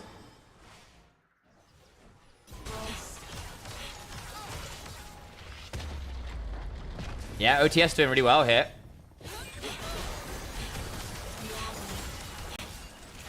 I think it might be looking over. Bayonetta. What a top laner name. T1 versus IG, 17th. Is it that early? Bloody hell. I say, I don't think it will be. I say, we're in September 30th, October 17th, maybe. I think that's over. Yup.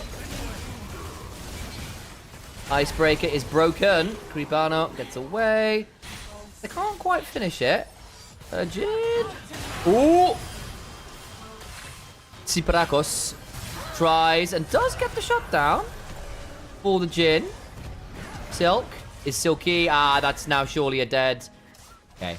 I wonder whether the LeBlanc might go for a little bit more. Can't quite. Wait, LR lost? They lost today. They did. They did. Decisively so as well, actually. LL lost, but wow, the lower bracket is their best thing. Yeah, true. True. The lower bracket buff incoming.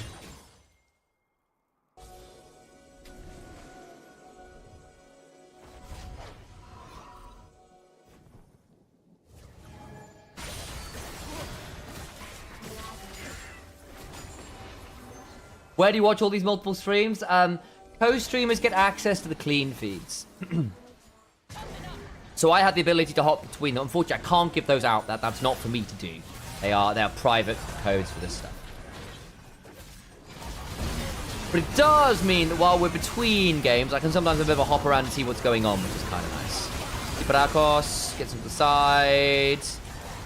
This would be Soul for Otters, and they've got a Cho'Gath with Feast. I think this is a really hard fight. Rupture wide. Just turn to this and just smite at 2k. Done. And they get the stack for the Cho'Gath. That's Mountain Soul into a LeBlanc who's gone Storm Surge and Shadow Flame. Iparakos is going to do nothing into this squad anymore. I mean, does Shadow Flame still have its anti-shield passive? Or is it just the crit now? Because once upon a time, I had a thing where it did more damage if someone had just been shielded. Cho'Gath is quite tanky.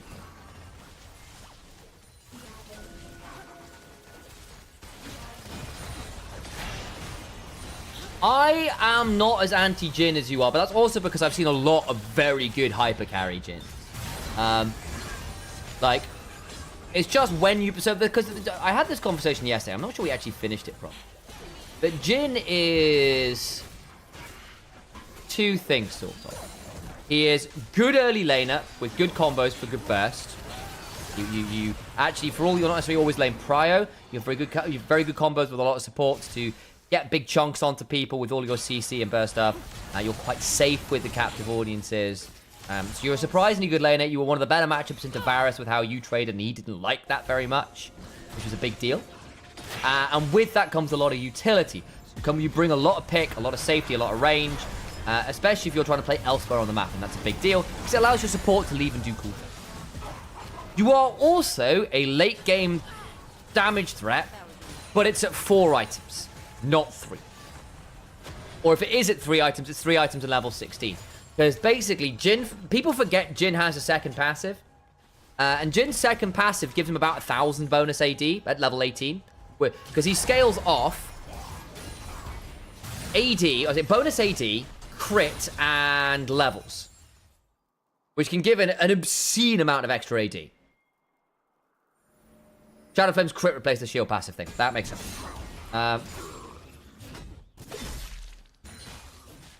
So Jhin at 4 items, like here, especially once he hits 100% crit. Remember, basically, his crit, he gets lower value crits because he gets them consistently.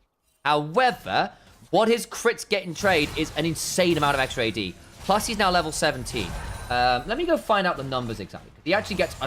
the reason late game Jhin starts munching through tanks and stuff all of a sudden is basically there is a break point in terms of number of items versus crit versus AD versus level, where he starts doing a lot of stuff. So at this point, this Jhin will really hurt. And people just never remember about it. Whoa, Vicky.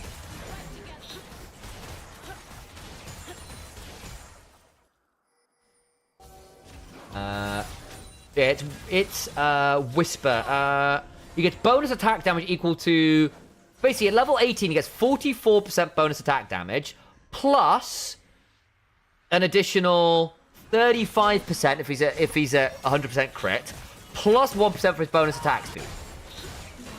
So another 3% for bonus attack speed. So you do like 100 attack speed, you're getting another 30%. So he's on something like 50%, 50% plus 4, what is he, level 17? Yeah, he's level 18 now. So that's like, he's getting like 70 to 85% extra bonus AD at this point. Which is a lot of AD when you've already got that much behind you. Like, it's a surprising amount. There's a reason we've seen some late game gyms do disgusting things. He also gets the most OP stat with each crit. Yeah, exactly. Move speed. Exactly. Between that and captive audiences, like, Jhin is surprisingly good at this point in the game. The issue basically is, though, that they have got to send people back to deal with this. And it might be too little too late, because, like, Kai'Sa at this point is also a bit of a menace, right? And you'll never be able to contest objectives when the Baron's down. The problem is Jin that's behind, who's gone utility builds at 20 minutes, does nothing, right? You've got a W pick, but you alone do nothing. Like Ghostblade Rapid Fire Cannon from even or behind, you do no damage. You really, really need 3 to 4 items. And that is a problematic trough to be in, especially when oh, backline's pretty rough. Alright. Oh, just about survives on the Wukong. Ice Rage is trying. They get the kill on the Kai'Sa. That's not bad, Superacos. Nikias, I think this curtain calls could sting. No, it's not. I take it back. They do nothing. Good God, the tank is ridiculous at this point. Yeah, there's a shutdown. I say, I think this Jin's about to start rolling through people. Good engage. But it doesn't matter. That's not bad. I thought the curtain call was going to do a lot more, and then went, oh yeah, it's missing HP damage, and they've got Mountain Soul and a lot of tank items. I take it back. I think at this point, though, it might be a bit tougher. Woo! Beast! How much HP were you on?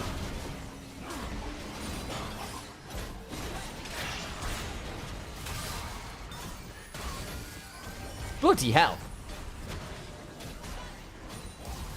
Well, they hold on. It's 30 seconds until Elder and your mid-jungle AD carry are dead. That might be...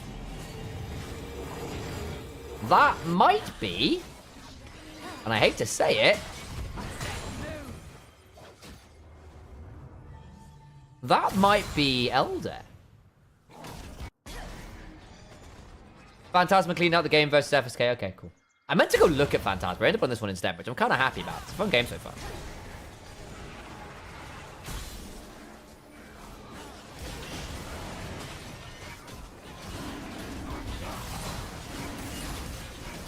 What are you on?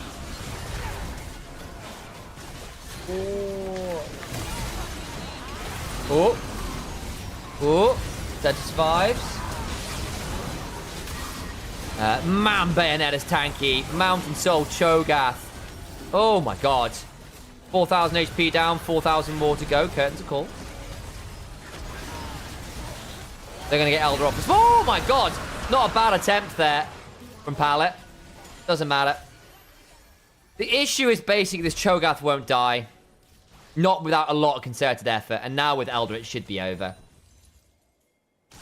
I give credit to GSMC for holding on as long as they did. Purely in LCK, I haven't seen the biggest impact there. That's fair. He's been much better in LPL, but I think LPL also has some really, really aggressive gym players. Like Gala and Jackie Love have been monsters on him. I saw some...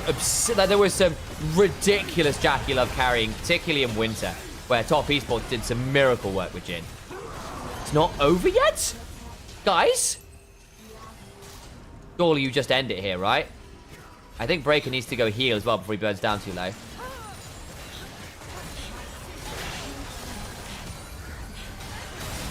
Ooh, knock up. Yeah, he's dead. Sequanaco's gone. Goodbye. Elder Dragon just screams in your face a few times. Goodbye. That's it. GG. Pallet will run away. But this ain't his town anymore. Oak ain't his professor. And OTS will win this game.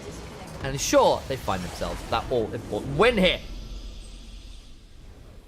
I have it. I'm going to call it here. We'll be back tomorrow. Once we know what the schedule is, I'll let you guys know, and we'll make sure we cover some more games. If we can, we'll be covering Verdun and Lost Ratones. So while they end up drawing against each other, which could be quite good fun. But until that time, have to wait and see. For now, guys, have a wonderful rest of your evenings, days, mornings, wherever you are around the globe. And for now, good night and goodbye.